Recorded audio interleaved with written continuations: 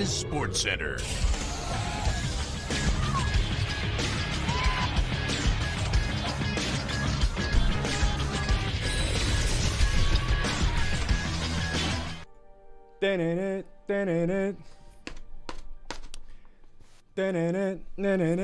Welcome everyone to the first episode of Around the Forge All-Stars Edition. I've been The expecting. hardcore community is taking on its most ambitious project yet. We've got a bunch of classic WoW Andrews coming together, trying to make a league inside of the greatest game made of all time, Vanilla World of Warcraft. As you can see here, we've got the Hardcore All-Stars World Tour Season 1. The Hardcore Challenge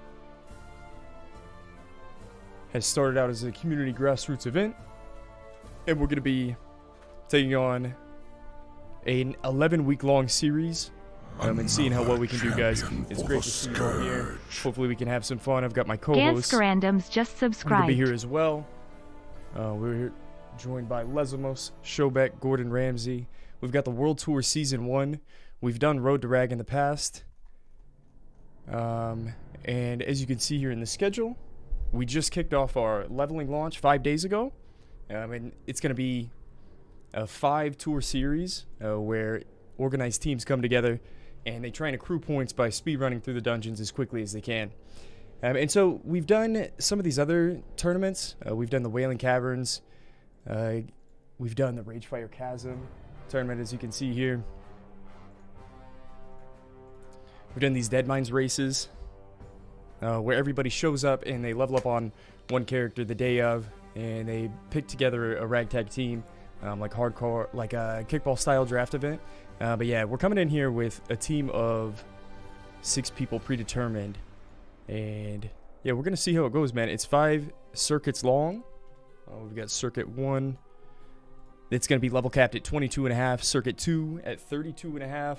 Circuit 3 at 43.5. 51, and then we're going to do a world tour at 59, and so it's going to create a bunch of different metas. You're going to have to speed through all these dungeons, a bunch of different teams with team comps. Enough chit chat. Let's get into my co-hosts for the day. It's really fun, man. It's a different take on hardcore, and it's creating these like special events that we've never seen before in hardcore. And I want to get started with a clip just to show you some of the things you can expect in this series.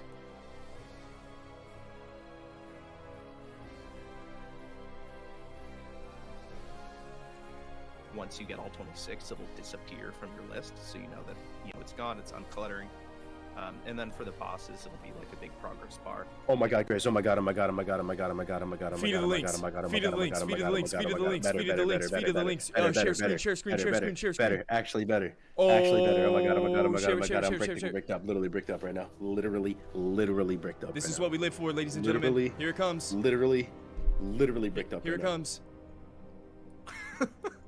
Literally. Oh! Literally beat up right now, dude. That's this, isn't it? Literally. Oh my God, man. Look at the requires level. 22. The chosen one. I'm dying.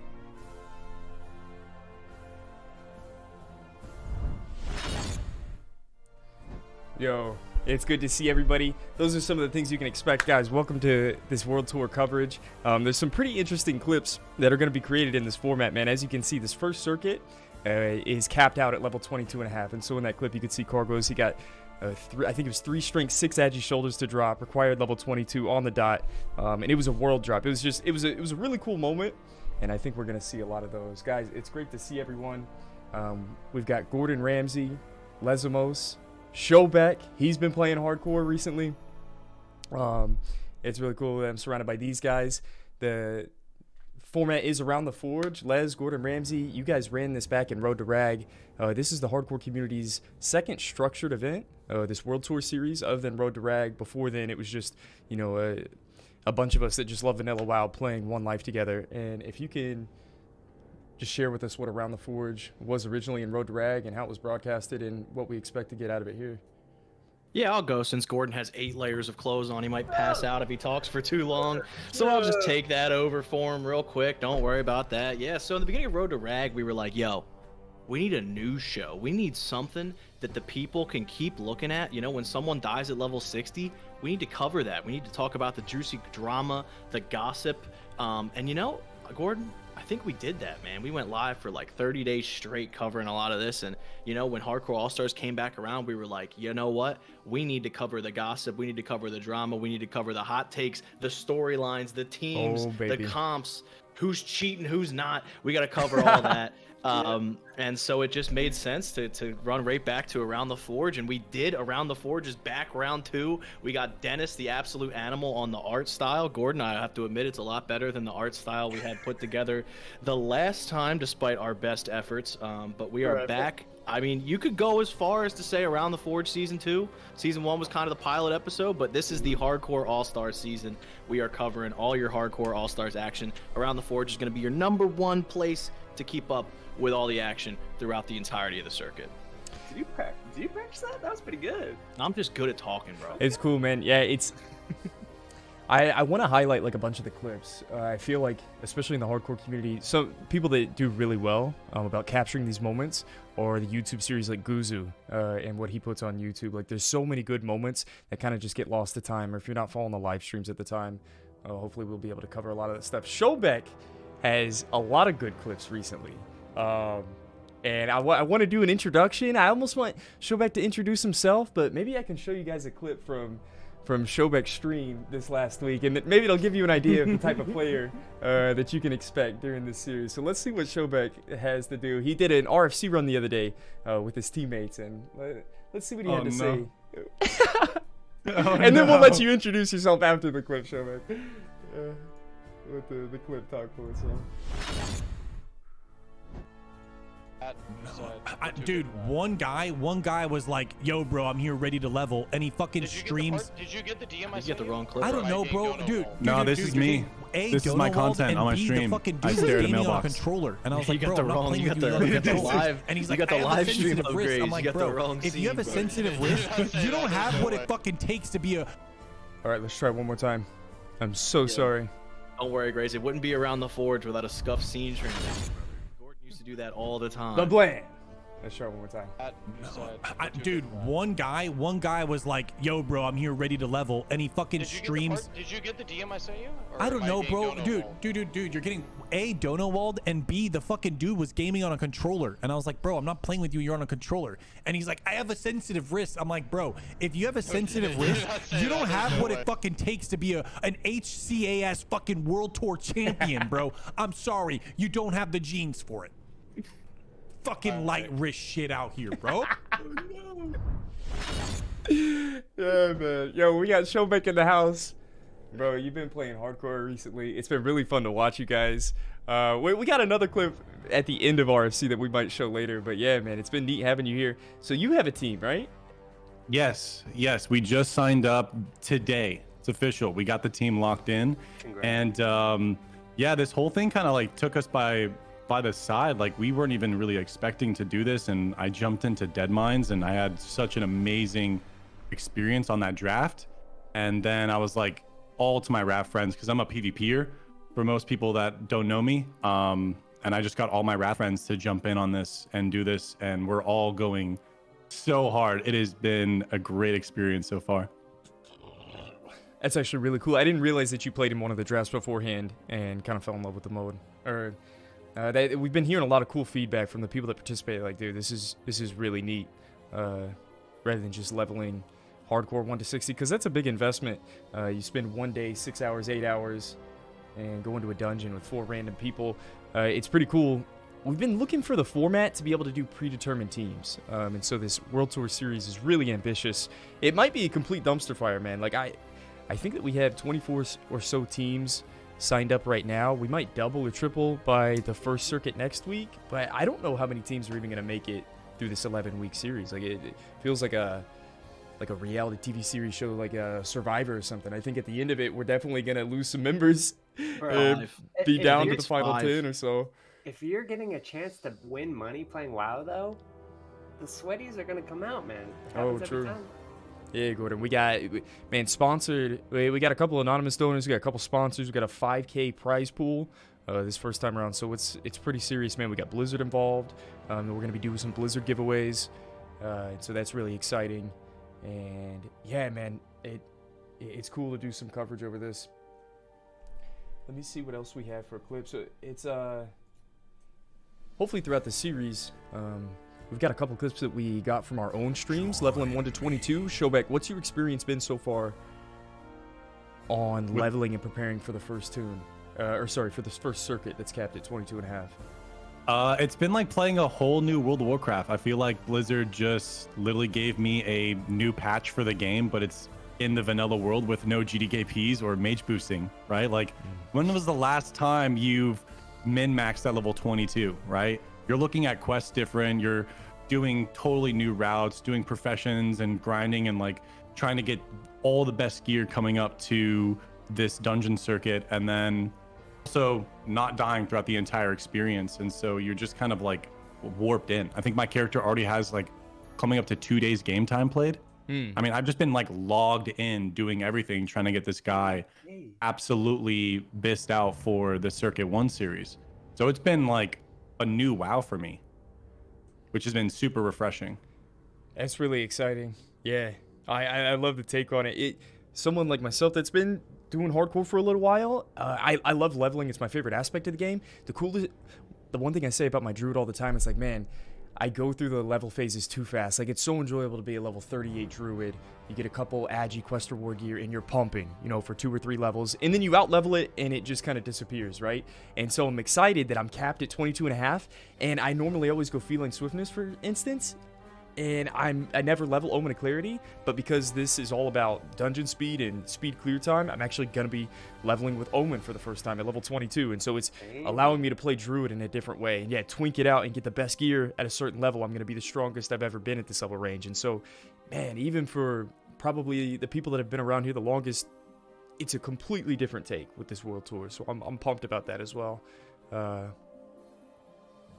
excited about the Druid in this first circuit being capped at 22.5. Gordon and Les, how's y'all's experience been with leveling? And Les is on our team as a mage. We've got Gordon Ramsay and his team, right? I forget what your team name was. We'll go over it in a moment. Dude, I don't even remember, but that's probably why I don't remember, because it's slow something. Yeah, your team's hilarious. We'll go through. We got all the teams ready for you guys in a second, so you'll get to meet everybody soon. But yeah, Gordon, how's the leveling been, man? I'm waiting for you to pull up the clip, because apparently only Graves is the only person in the world who knows what is about to happen in my clip. And it's so ironic. Every time I like try to ego myself up on my stream, I'm like, yeah, the last time I died, besides doing too much damage in his old grub, it was like a year ago. I don't ever die, and I'm 30 minutes into my first character for Hardcore Allstars, and I got checked. You got checked. Let's take a look at this clip Gordon's talking about. As we move into this, we must announce that this is the first official death of Hardcore All-Stars, so many to come. God, no way, bro. I didn't start till the next day. The fuck, that aggro? First one we've seen. They socially aggro? Okay, that is awkward. Wait, did you guys miss that? I guess we're redoing it. You gotta replay like the first 10 seconds of it. Right. I don't know if you guys noticed this or not. Plane Strider's almost dead. A wild pack of Kodos in Izugo and Mulgore. I swear, this is like the playpen area, bro. This is like daycare. This is where you get dropped off. This is supposed to be a safe space. You got to drive by Kodos. And this actually happened to me way back in the day. I didn't know that passive mobs are social with other passive mobs. Or they can be. Like some plane striders aggro other plane striders, but this is like a different animal, bro. Right. The Kodos are looking out for the plane striders, dog. The Earth Mother, she does not play around. So look at this. What the fuck, that aggro? I didn't even have time to war stomp, bro. You're just dead. They socially It's twice aggro? my level. Okay, that is awkward. I guess we're redoing, boys. I think that's like the great thing. You just don't know like who's it gonna happen to, right? Like these things can happen to like the best of players. It's the only time I'm gonna be dead this entire circuit. Okay, right there. And that's what they always say too. That's what I've been saying too. I've already died like 3 times. Yeah, that was the last time, bro. Dark Shore, you were getting owned. Yeah, the whole thing is sketchy. Whole thing. That's so funny, bro. I swear that, like Gordon said, the last 2 or 3 deaths he's had has actually been an HC Elite on his level 60 Druids, and he dies to a Plane Strider. So it's great, man. It's a great way. You get humbled. You get humbled. Yeah, it's a great way to start off this series. You will get humbled. Well, so let's check this out, guys. These are 5-man, 6-man teams that we've put together. Let's go ahead and take a look at some of the teams. We're going to go over some of these slides with Lesamos. Hopefully, you might recognize some of these names, and we'll go over the teams, and then we're actually going to put them into a tier list based on their comps, and then if you recognize some of the names as a group, feel free to chime in and give your piece. Alrighty, everyone. I'm going to kind of be your lore master here with these team lineups as we go. We're going to try to speed through them a little bit quickly. I will say, if you signed up today, we don't have your graphic done. Showbeck, I'm sorry, you're not going to be on the tier list. That might save you some embarrassment later on, though. We'll see no. if it does or if it doesn't. All right. But we are starting off with Team Gorilla Milk. I'm going to embarrassingly missay some names, but we're going to rock it anyway. Antidus on the healer, Death Pain and Emilios on the DPS, Table Slam on the hybrid, as well as Yi. When you look at this team, Table Slam and Death Pain have a lot of HC reps under their belt. This team's going to be willing to grind their faces off to get to the end. The question is, are they going to be able to live to it? I think is going to be their biggest takeaway throughout the event. So that's my take on Gorilla Milk so far, but welcome to the competition. Look at that double hybrid and Leatherworker in the group. Yeah, no true warrior tank. It's going to be interesting to see how that goes for him. All right, good luck, Gorilla. Who we got next? Yeah, see you next Circus. So, I mean, if you look at the lineup, you have Parla on Warrior, you have Keksek on Priest, you have Amp with the role swap to Mage, Ellen Degenerate on the Rogue DPS, Peter on the Hunter, Calamity on the Paladin. This team's stacked top to bottom. They have to be probably the strongest team in the preseason if you just look at every name top to bottom. There could be some others that we'll see later on. But what I will say about this team, you see a lot of alchemy. These guys are willing to risk it for the biscuit. They're going to have to be, they're going to be doing some flashy plays 1 to 60, and that could be their downfall despite their very, very high level of play coming into this event. That's so gross. I just realized the only rogue that can stealth, doesn't have to be alchemy, is Wink Wink. Yep. But didn't we get an update here on the LND gen? Didn't he also die today? Isn't this confirmed? Oh no, is that the clip? They died they baited me. They literally just DM'd me saying, oh, by the way, my character died. And I was like, yo, give me the clip. And she was like, oh, it was 2 days ago. I'm already level 22 again with 20 hours. I'm like, bro, you can't bait me like that. So, she did die. She pulled a Gordon and died early, but she played 18 hours yesterday, so she's already back in the game. All right. We got a lot of teams to go through. We got Nemesis here, Project Nemesis. This team's repping the Horde. I gotta scroll through to see my notes on these guys. One of the few Horde teams in the event. They got Bakugan on tank. I'm not even gonna try. Jeth on the healer. D-Wash on the DPS.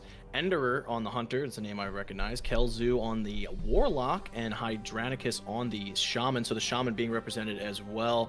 I think this is a question for a lot of the Horde teams in the event, and a question for Nemesis as well. Will the bit of a routing advantage that Horde might have in this event come out to play for Nemesis? Will they be able to hit the theory crafting hard enough to make some plays? I think that's going to be the question for a lot of Horde teams we see. But that is Project Nemesis. Dude, we got DeWass, who won the Ragefire Chasm, the Wailing Caverns Cup. He's akin to some of these tournaments. There's a Taylor Leatherworker in this group. Look out for these guys. Not just going the de facto NG Alk. Mm-hmm. All right, let's try this. The Sudbury Blueberry Bulldogs. These guys are rocking Alliance, as many teams are. They're going to be bringing Mage Lock, and that's going to be a combination that we see a lot throughout this competition. We have Dolo on the tank, Frankie JJ on the healer, Wheel Snipe Selly on the Hunter, Goody on the Mage, Hitch on the Warlock, and Shorsey on the Druid. I'm interested to see how Mage Lock goes. It's definitely the most spell cleave you can go in this format, because you can't run double Mage. So I'm interested to see if, combined with the Hunter, combined with the Hellfire, the Warlock, if they are just going to try to zug AoE themselves to victory here. But definitely a risky gameplay. You see a lot of engineering with these guys as well, so see if they can keep that up. WCYD, so all right, this is all rumor. My sources have not confirmed, but my sources are telling me that this could be a team of former Grizzly players, the classic WoW Guild Grizzly. If this is true, then they are immediately one of the favorites. If not, then they are relatively unknown. Atoba on the tank, Saint on the healer, Gurtash on the hunter, Mori on the mage, and Nsipid on the hybrid shaman. But I do only see 5 players on this team, so they are gonna have to make it to 60 safely without that extra sub as a backup plan. So, but if it's Grizzly, they could do it. The super lethal outstanding warriors, aka slow. We see some familiar names here. Calyx on the tank, Tomathon on the priest, Zidane on the hunter, Blenderer on the rogue this time, Kekenrekt on the mage, and our very own Gordon Ramsay on druid. This team is looking very strong from lineup perspective. I don't think slow is going to be an accurate representation of these guys once they get rolling. You know, they're underselling and over delivering, so that we always love that play style. So we'll see if they're able to do it here. They're full NG. All these guys are like HC Elite Road to Rag veterans. Calyx was one of the tanks.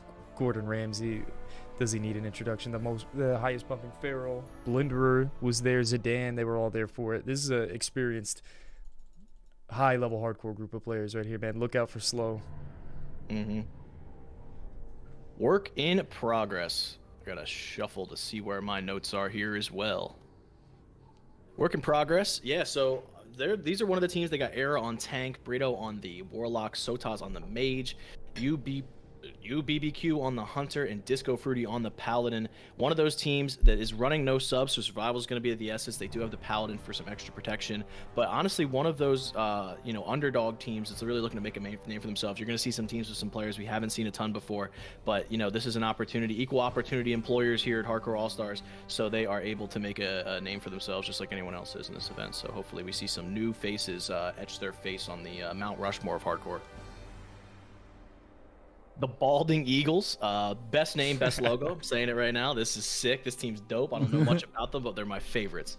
Hack on the tank, Sami on the paladin, Nomicus on the mage, Ishin on rogue, Abram on priest, and Lazar on druid. I mean, will the dad gamers prove that they're alpha? I mean, that's the question today. What's the average age in this group, Cop Brady? Oh, it's got to be like 47 and a half, bro. For sure, dude. The Balding Eagles, man. Look, dude, this is a rec league basketball team that signed up for Hardcore All Stars together, bro. Like, they're just a bunch of dad gamers that just did it. They're ready to go. The Ironforge Drunk Tank. Oh, did we skip one? Yeah, we'll go. Oh, we're on Hellfire Club. That's all good. Hellfire Club, I mean, as this team's super interesting. So we got Wispo on priest, Skepo on warlock, Swan on mage, NXS on hunter, Lion on druid, and Izzy on paladin. This team has no true tank. As far as I'm concerned, this team intends on warlock tanking their way through this event. This is the truest spell cleave we're going to see. I'm very, very interested to see how that plays out for him. Everybody in chat saying Wisbo goated, Wisbo. Might be a fan favorite right there. Wisbo, let's go. The Ironforge Drunk Tank. This is a team whose names blend in with their team name. We have Brewer, Boulevardier, Nomarita, Gnome Kila, Margarita, and Kilkenny. So a lot of alcohol in the names. Will the alcohol prove to be this cheat code in Hardcore All-Stars, or will it better to attack it sober? I guess we'll have to see how that plays out for Drunk Tank as they continue through the event. Definitely a wild card squad when your name's full of alcohol references. Make sure you catch the first circuit, because you might not see the Drunk Tank around after that. All right, so we got Team No CC. So on the tank, we have Tactics on Warrior, Bobka on Rogue, Cargos on Hunter, myself on the Mage, Grace for Days on the Druid, and Dustbone on the Shaman. This is your typical Horde melee cleave, zug, zug, zug. You got the Mage as a sub in case something goes crazy.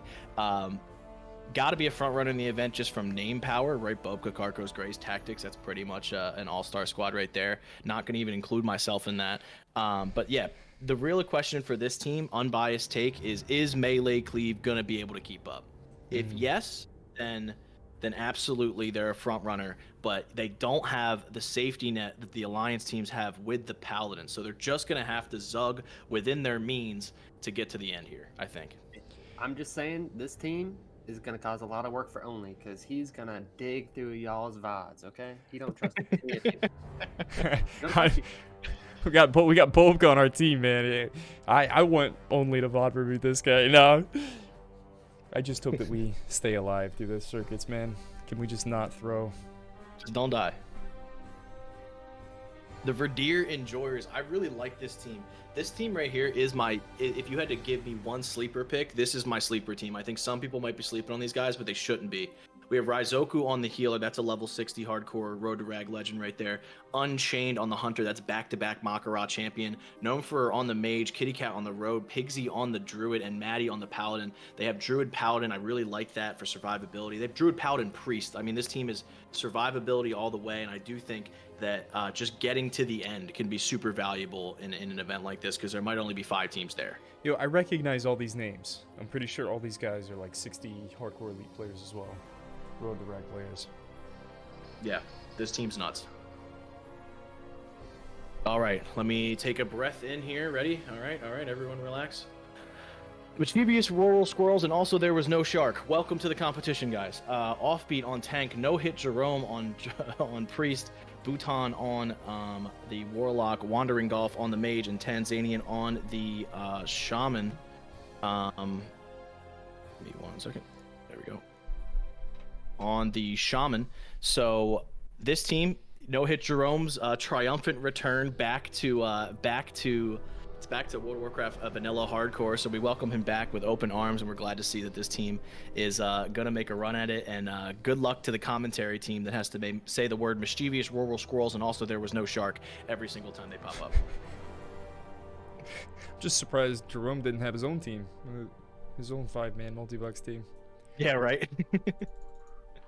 Tarmusi and the Kitty Cat Trolls. Don't really understand this team name. Oh, never mind. I do see Tarmu in here, so that's the naming right there. This team I do like a lot. Flip mode on tank, link it on mage, Gulf on hunter, Karashin on rogue, Tarmo on druid, Pius on the shaman. Flip mode, link it. Names I'm really familiar with. These are slow and steady gamers. They do noob core and a lot of other things. A lot of experience here. Team that I definitely think could make it to the end, especially even with the I guess.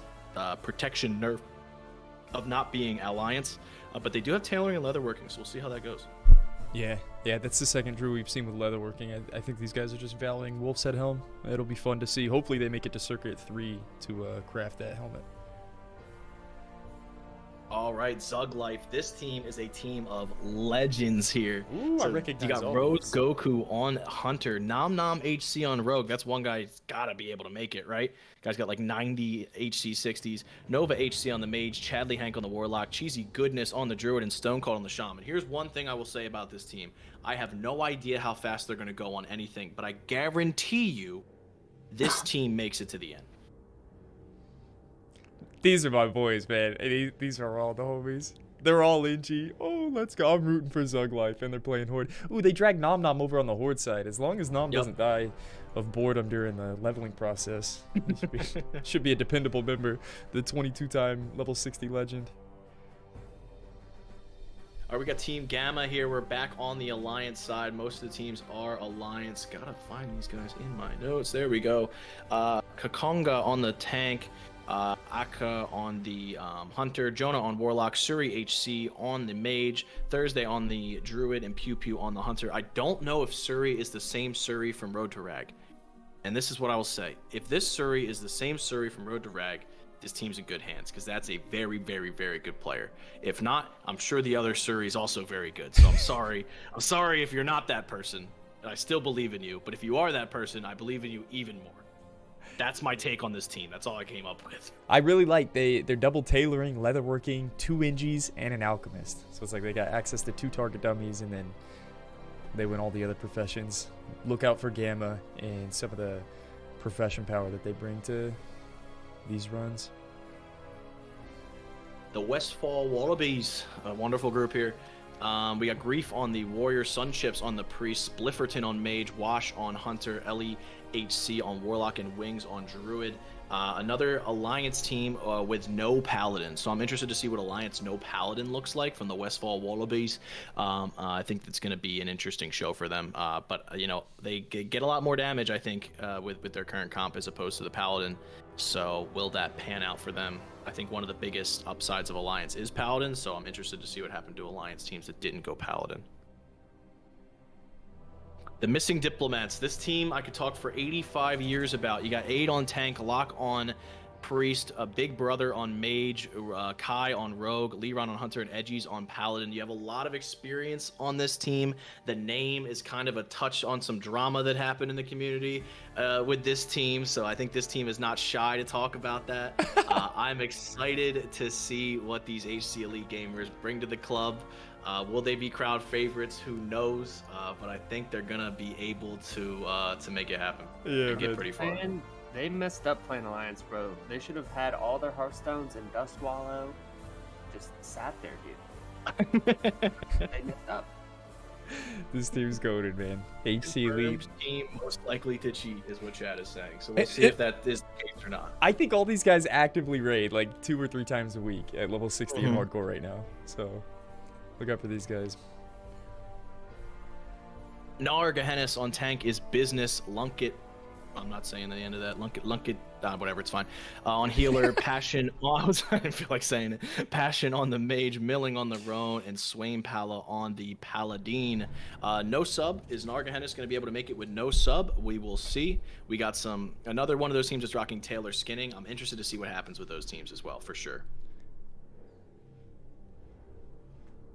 The Goldshire Gangsters, you have Bear, Longshot, Easy Mage, Peaked, J-Side, and Din. These, again, repping Paladin, repping Alliance, got a sick logo. That's a really cool logo that they got going on down there as well. So what's the tank doing going blacksmithing? Well, what are we doing here with BS? Oh, maybe he's gonna biss himself out. Maybe he doesn't want to fish. Never wants to fish. Maybe. That's fun to look at. Yeah. I think he's the only tank that's going BS so far that signed up. Yeah. The GG.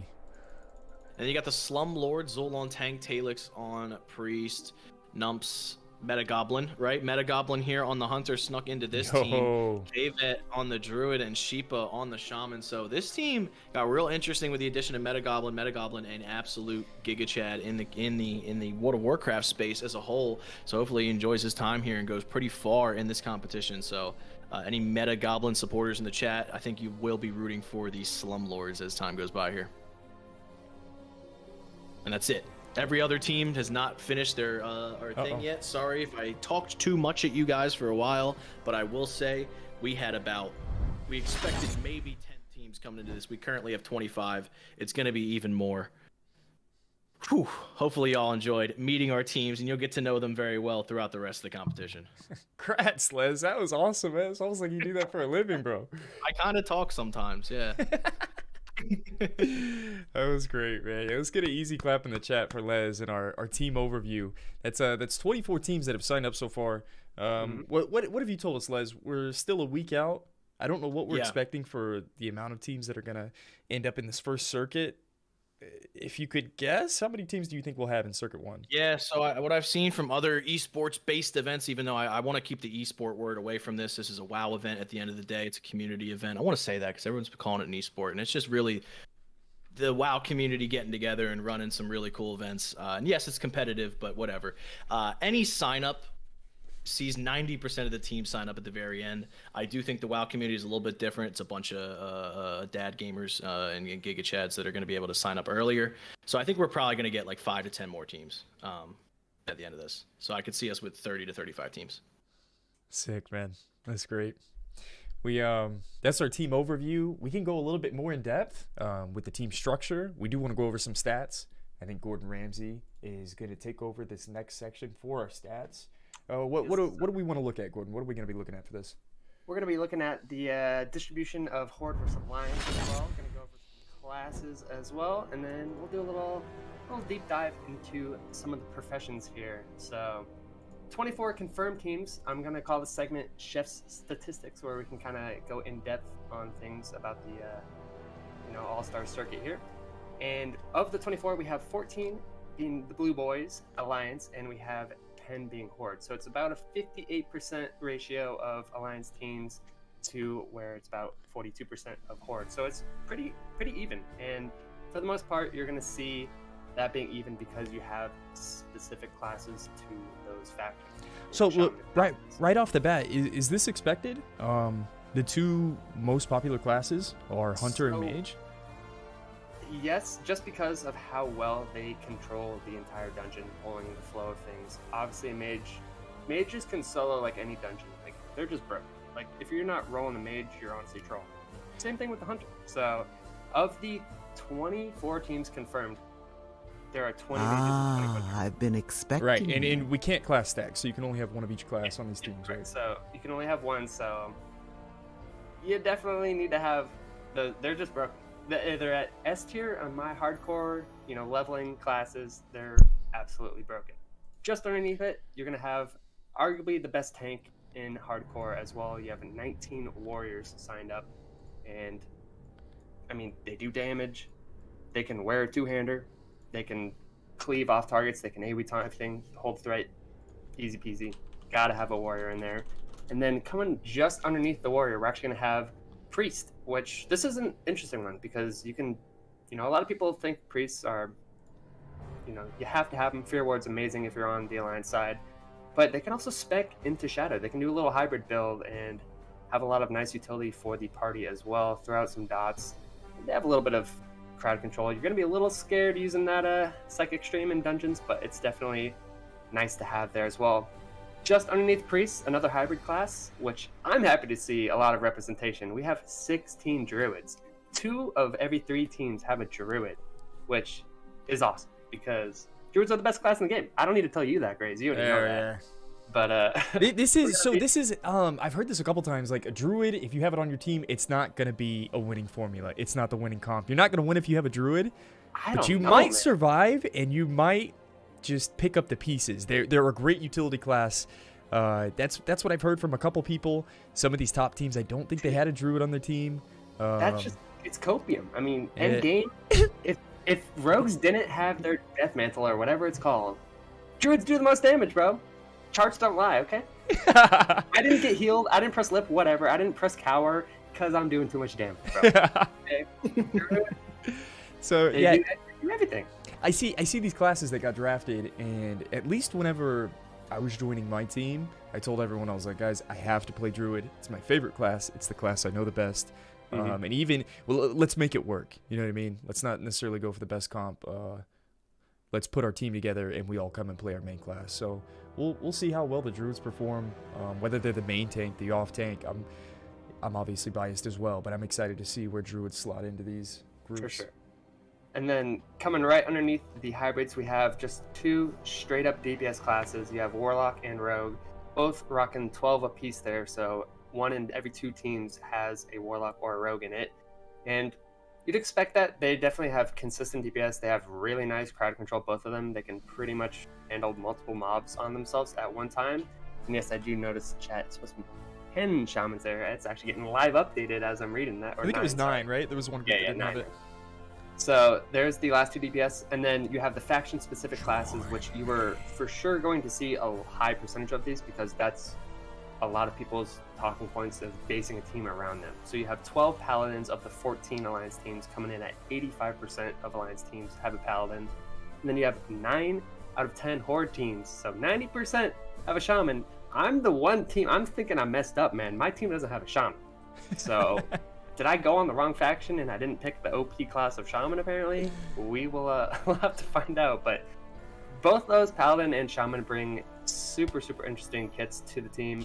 Like your team, Graze No CC, you guys are just going for the melee cleave, Zug Zug. Yeah, I'm curious what other people's takes are on this too. Showback, I don't know if you have any thoughts on it, or Lesamos. I hear the Paladin is OP, it's why you have to go ally, but until level 60 content, until raid content, Paladins kind of suck in 5-mans and healing. It's all just single target. Like, are Paladins as OP in this World Tour, in this Circuit Series, as they are in-game? Is it copium? Or I mean, I know that they're defensive, and yeah, they pick up the pieces, but are they going to be the fastest? And the highest impact in these dungeons. I don't know, man. I'm on Horde, so I hope not.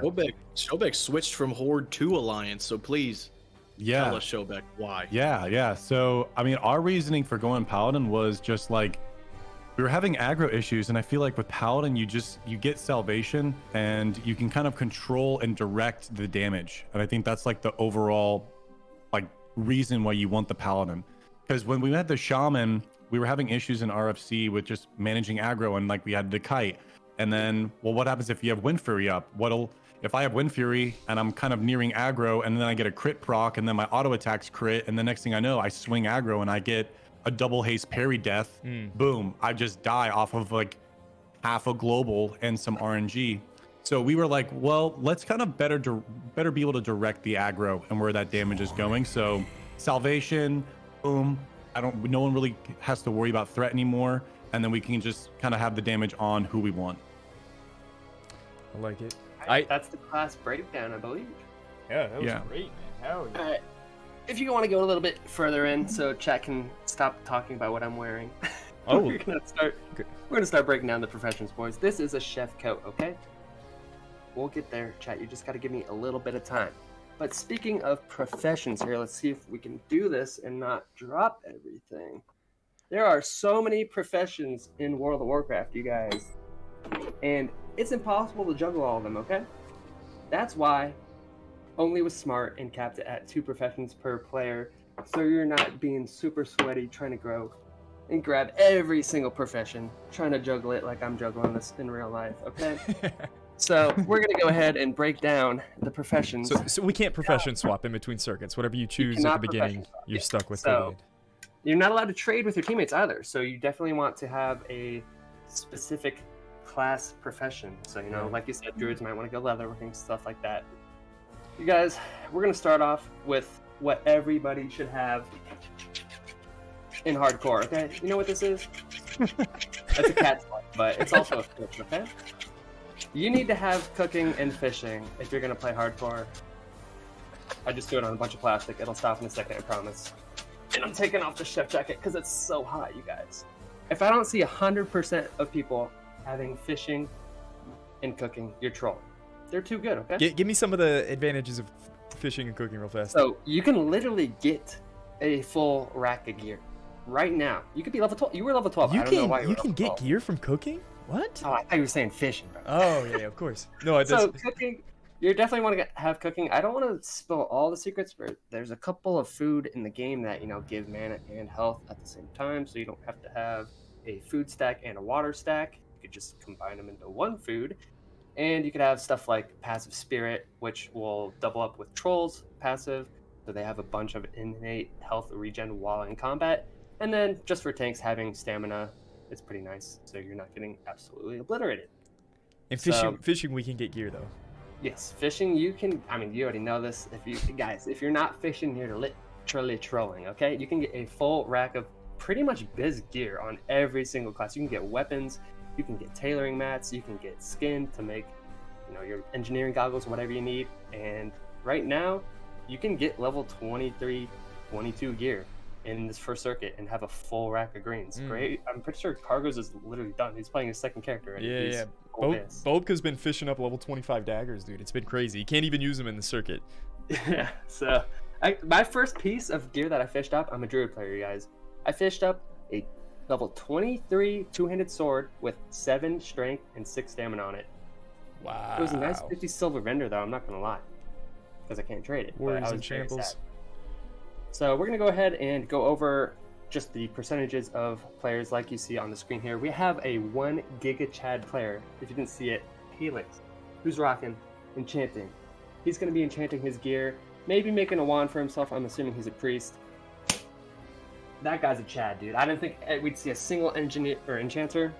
We got an enchanter. What a beast. That's going to be fun to look at. Normally, like, you see duels in hardcore since they have access to blacksmithing and making rods for later. But this guy can't profession swap, so I guess he's going to get big value in the first circuit and then out level it. I don't know. He's going to have, like, 8 spell damage from Wizard Oil and a wand. Yeah, they're going to struggle maybe to find those rods after the first copper rod, but, you know... Isn't there trading at 60? Trading at 60, yeah. But Oh my. Maybe he's Giga hoping to get to 60 and then enchant his whole team for the final circuit. They're playing the long game, dude. What are some insane? Oh my gosh.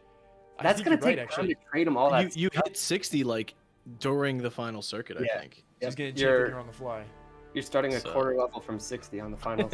Yo, what team has enchanting? Man, I hope that team makes it to circuit it was 5. The final team Lesmos went over on stream. That has to be the only reason they win enchanting. They have level 60 and enchant their gear. So more popular one. We'll go to probably a more popular one than enchanting.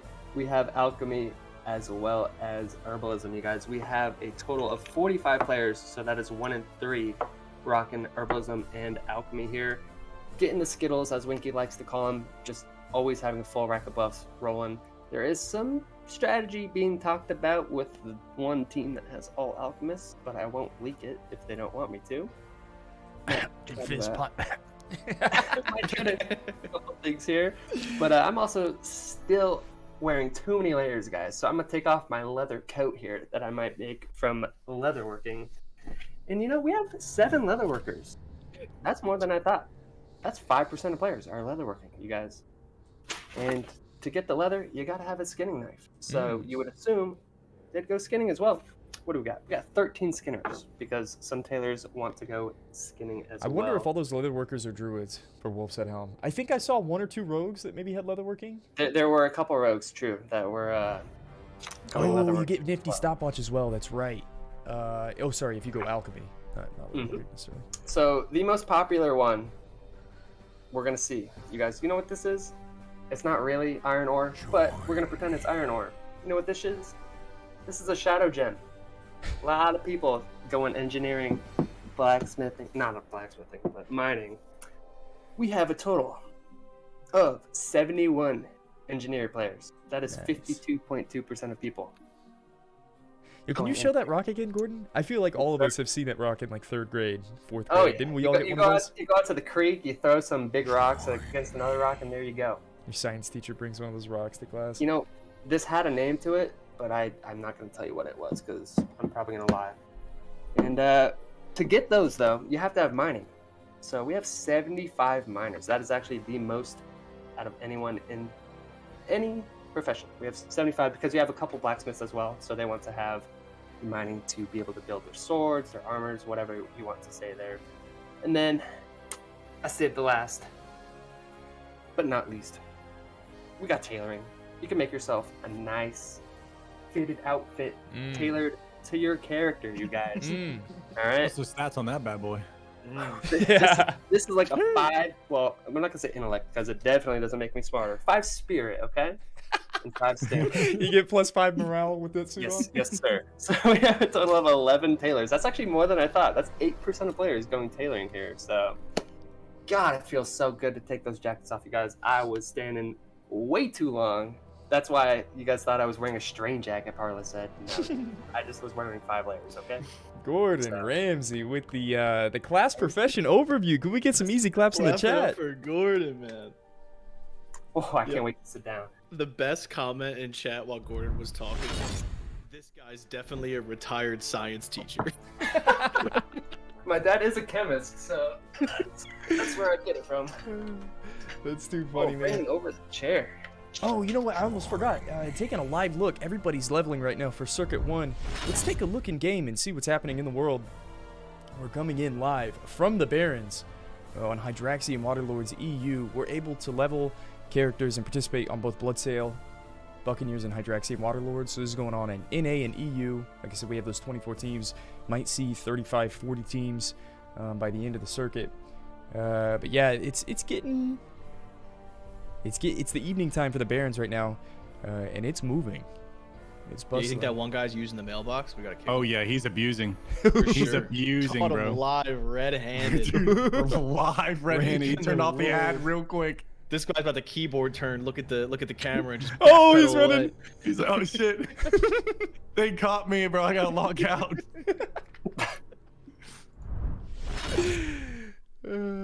Oh man. Oh man. Oh, that's good stuff. That's a good overview. I think we have a few more clips we could look at as we're getting started. Didn't we? Oh, you know what we were gonna do? Lesmo, should we do the tier list for the teams? Yeah, no, I think we should. I think we just broke everything down. Let's get into the tier list. I want to hear Showbeck's take. Showbeck just got introduced to a lot of these teams, so I'm interested to see, you know, the breakdown of how this tier list is gonna look. So I had my first experience with Tier List Maker yesterday. Do you know you have to link it to Twitter to make a tier list? It's ridiculous. I had to make a burner Twitter. I don't want Tier List Maker to have access to my Twitter. But we made a tier list. So we have a tier list of all the teams that we got introduced to earlier. As soon as you get it on the full screen, we can kind of break down the. Oh no, this is the one that we're gonna go through. Perfect. So we have a couple tiers here. Top tier is going to be God tier. These are the teams that, you know, kind of stand out above and beyond everyone else just from kind of comp names that are on the team right away, just kind of like the preseason favorites. Then you have your front runners, people that, you know, gonna probably make it to the end. You know, could definitely make a deep run in this. Contenders, teams that are definitely going to be in the mix throughout.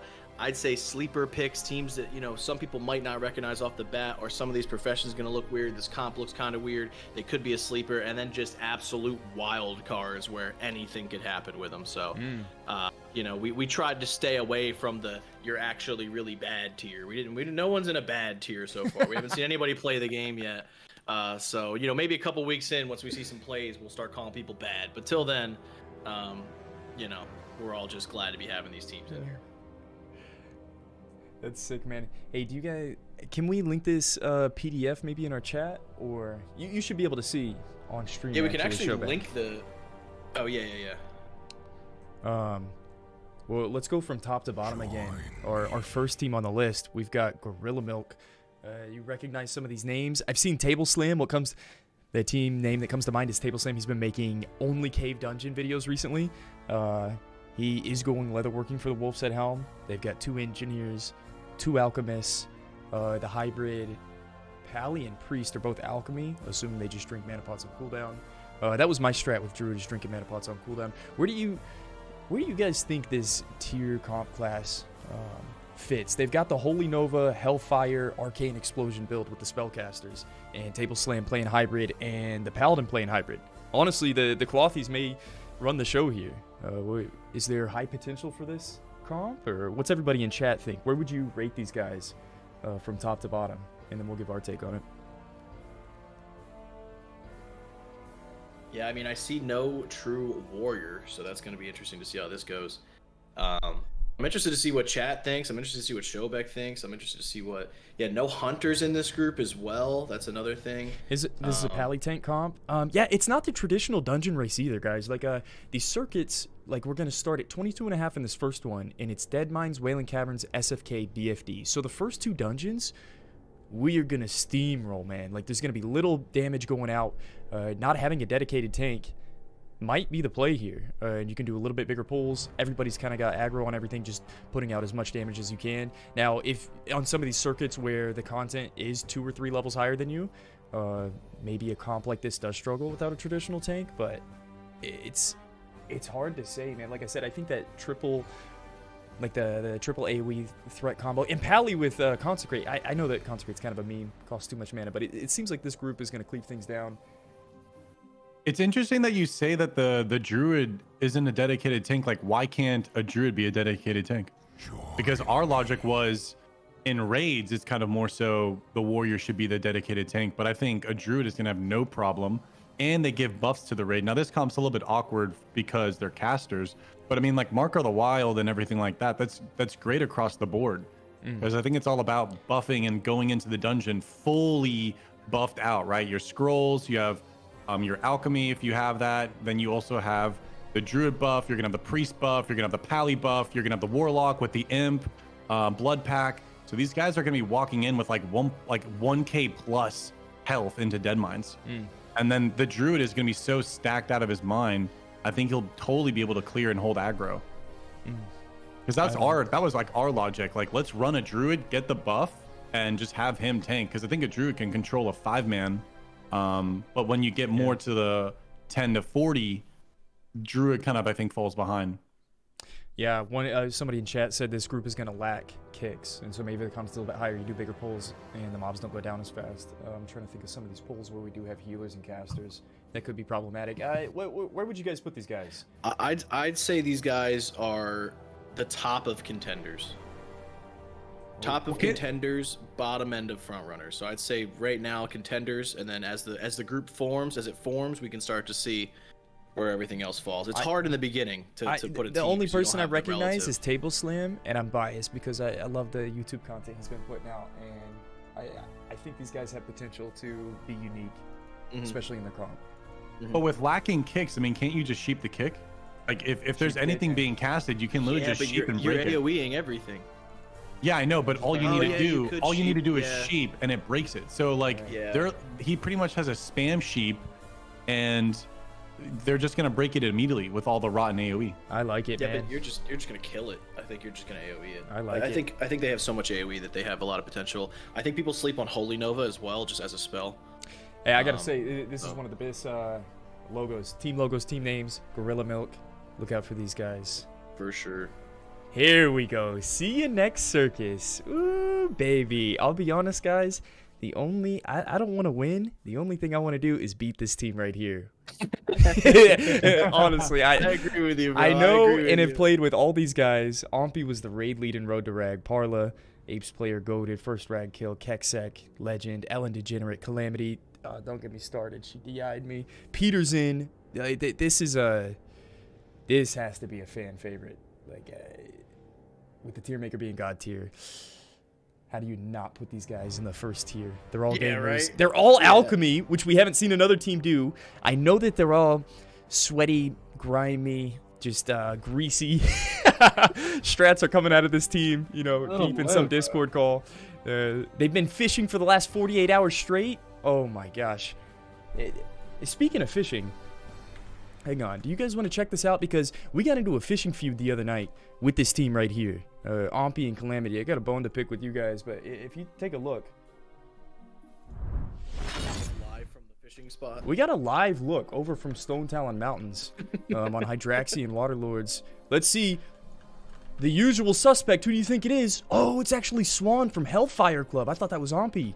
Wait, I love the fact that you know what team they're on from the name already. Yeah. Oh, this is sick. It's happening. Let's go. Hellfire Club out here in the fishing spot today. Hellfire Club. Dude, that might put Hellfire Club in A tier just because look at these swim. Before I started, I saw a second member of Hellfire Club here. Let me take a lap around and see if anyone else is here. There's also a rare spawn that everybody... Oh my goodness, it's another member of... Join me. Oh, it's just Victory No Death. It's just a... It's a rando. It's a level 28. We got a tournament, man. We got green gear to fish up. But also in this fishing spot, guys, there's a rare spawn that drops a 5 agi cloak. So this is a hot spot, man. One of the best fishing spots in this Circuit 1. It's getting tier 2 fishing crates. I love that we see one of the competitors out here already. This is on EU2. This is across 2 regions. There's people fishing for Bis green gear already.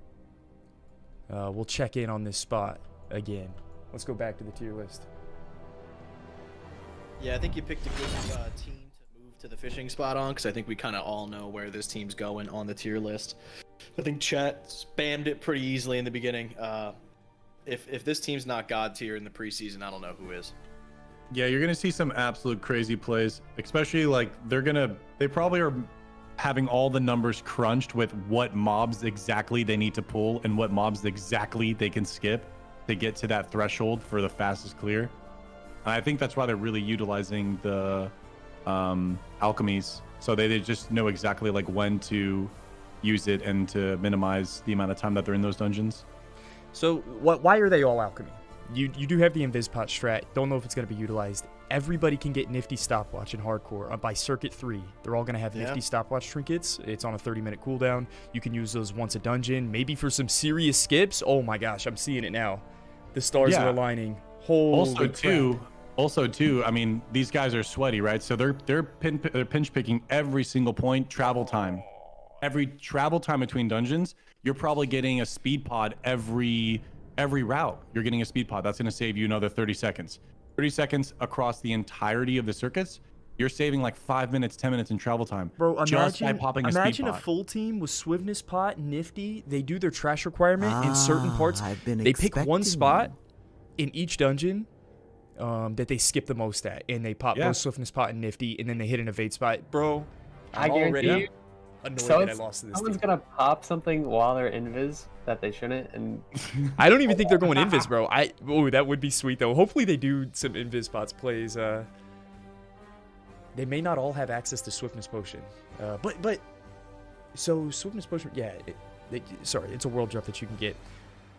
These guys have to be god tier. Look at Ompi just sent me this live 5 minutes ago. Ellen Degenerate, 2 people from CNX Club and 2 people from Hellfire Club fighting over fishing nodes in Hellfire already. So I can't wait. We need to do a gear overview the day before the first circuit and see what everybody's fished up. This is really exciting to see.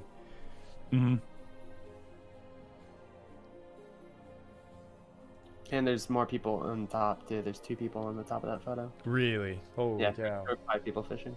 So I think it's safe Let's to throw say these it's gonna guys go in too. god tier. We don't want to spend if you. I noticed in tier lists sometimes you spend 30 minutes on the first people and then by the end it's like you're just throwing people up. True, so true. let's keep it consistent. True. Okay, next we're looking at Nemesis.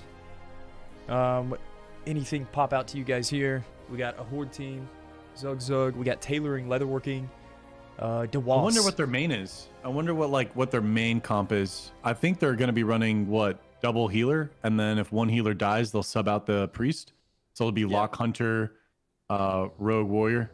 Probably start with the Shaman to get, or the priest, and then wait for Shaman's Wind Fury to swap them in. Shaman will join in like Circuit 3 and on probably. Well, Circuit 2 he gets Wind Fury for the Rogue Warrior. I think Circuit 2 is level 32 or 33 cap, so they definitely have Wind Fury Totem starting in Circuit 2. Ooh, that's so fun, bro, that they are going to alternate between circuits right there. Yep. Yeah, I like the priest. I think in a perfect world, I think priest is probably the best class to play as a sub for Horde specifically. But no mage on this roster, and I do think there's some merit to having the mage in the pocket. I think if you are not going to bring a mage, you're going to be a Horde team with running that kind of like shaman for Shaman melee cleave stuff. Yeah. Okay. The only name I recognize is DeWass. This guy has a winning attitude. He's got W's in his blood. He won the first 2 RFC and Wailing Cavern circuits. We came up short in Dead Mines, but yeah, looking out for this guy as the team leader. He knows how to win. What are you guys thinking? Horde? Do we have some Horde bias here? What do you guys think about the logo? Project Nemesis? Guys in chat, where would you put this team on the radar? I like whenever teams aren't full NG out. Like, I feel like whenever they go tailoring, leatherworking, they are a little bit 5-head and like thinking ahead. And where would you put Definitely these guys? contenders for sure. Put them in Contenders? I like it. That's a strong melee cleave for Horde. Yep. Team Nemesis. We'll see how this tier list pans out by the end of it. Our next team is Sudbury Blueberry Bulldogs. Got the full NG Alk comp. No crafting. Another group with a mage. Somebody was hating on the fact that there was no mage in the other group. I like that they have hybrid. Hang on. They consider the Warlock a hybrid? They might like be. Voidwalker tank? They might be, yeah. This could be a Warlock tank eventually down the line. I mean, the big thing I see about this team is Alliance no Paladin, and I get scared about it. Nah, man, it's Giga Chad. They have the confidence. It's an angle that you just don't even see, and they see it. We don't need Wind Fury. Nah, we go for the. It's the sleeper pick. These guys go for their RP. They go for the models. They play what they love to play, and this is kind of a similar comp to I was gonna run. Other than obviously they're doing a priest instead of a paladin, but I mean you really can't go wrong with a hunter, mage, warlock, and a druid. Like they're gonna have so much control over all the mobs. The lock can also tank. The warrior can tank. They have 3 or 4 guys going NG. They're gonna be dropping target dummies left and right. I mean, like they're gonna be able to like control everything, and nothing is really gonna be causing any sort of issue because they have so much to blow through, right? Let the hunter pet go in, let it die, don't even heal it. Let the lock pet tank, let it die, don't even heal it. All right, cool. Now the warrior tank, or now the druid tanks. Boss is at 50-40% already. Easy, boom. They clean Yeah. up. Well, we did the Dead Mines race the other day, and we had a warrior with a level 13 bear, and he was able to tank the level 18 goblins. And so these pet tanks are severely underrated. They do take away like rage generation from the warrior and the cat, the bear if the druid's going bear, which I don't like. But I think the fact that these guys are going double pet class, they might be kind of ambitious with some of these pulls. They might want the pets to get initial threat and they just nuke it all down. Maybe. I'm curious to see what the comp is here. But yeah, no paladins. If they did do a spell cleave, because they kind of have the spell cleave comp, they don't have pallies as like a oh shit button, but they do have Ingi with tons of target dummies. So yeah, I'm still gonna go ahead. I was gonna say, is Shadow Priest actually viable? Like, would that be a thing? Like, would they actually sub out the warrior and do Druid tank lock mage hunter and then priest? Yeah, might have to. I think Shadow Priests are actually super sleepy. Maybe so, bro. And like we did Sunken Temple one time with like a 48. Dude, we tanked the last boss 55. I did it with a 52 hunter, 51 hunter, 48 lock, and their pets tanked, and they survived. So the pets are taking crushing blows from a Sunken Temple level 55 boss. Don't sleep on the pet tanks, man. Curious to see how this team does. Where do we put these guys? I'm still going sleeper here for me, but sleeper. I'm still going sleeper. Yeah. I think they are a good sleeper pick. Actually, you don't know if they're gonna. Yeah, it could be a sleeper. I like that. I like that a lot. I mean, dude, if they're Alliance and they don't have a Paladin, sleeper pick, bro. Watch out for these boys. That's how I feel too. If you're Alliance, no Paladin, you have to be a sleeper. You have to have some strat that we have no idea what's going on that that we don't know. So you're a sleeper pick for me. Yeah, I like it. WCYD. And some horde love. What can you do? Is this Grizzly? I need someone to tell me if this is Grizzly. I know Ompi's in chat. If this is Grizzly, they're going into front runners. If they're not Grizzly, I have no idea where to put them. Do you put them in wild card then, because you don't know? But if I know it's Grizzly, then it's going into front runners. Even with 5 of them. Well, do you think the Shaman's the healer? Oh no, the priest is gonna be the healer. So it's gonna be like what, Ellie Shaman? Or enhancement? What I don't know what like is best to be used, if it's Ellie or enhancement. I would enhancement, I think. Yeah, I think you're trolling if you go elemental. You just gotta drink. Even drink walking, you're probably gonna be in combat the whole time, right? I think our shaman is going enhancement as well. Maybe he goes Ellie. I don't know. He is listed as hybrid. Maybe he just plays enhance. But the thing is, bro, even enhance just goes like with 1 earth shock. Maybe they just auto attack and save everything for heals. And they bring totems to the group. Do enhancement shamans fight pretty hard over the hunter? Because I mean, it looks like the gear distribution's pretty solid for this group. There's not any real overstacking other than the shaman and the hunter. So like gear distribution is gonna be great throughout the entire experience of this team. So they're gonna be more beefed up. Yeah, that's what fishing comes in for. This is true, but I'm saying off the juicy blues, in that dungeon. I like it, man. Yeah, this is our sleeper grizzly, ex-grizzly member group, WCYD. We'll see what these guys can do. I also think they're the only team without a 6. So these guys are like, we're 5 and we're locked in. There's about 6 teams with only 5 right now. I thought that was their edge. I was like, put them on a sleeper. Maybe these are the boys. Yeah, I like it. Okay, Les, I like your take. If this is Grizzly, we're gonna put these guys in the front and see if they live up and then to if they're their not Grizzly, we'll just say sorry later. We've got super lethal, outstanding warriors. Slow. We got Mr. Gordon Ramsay, our host in here. You got anything to say about this group? Can you give us some insight, Gordon? Well, we're definitely not rocking a bunch of intellect in this group, because our mage actually quit yesterday.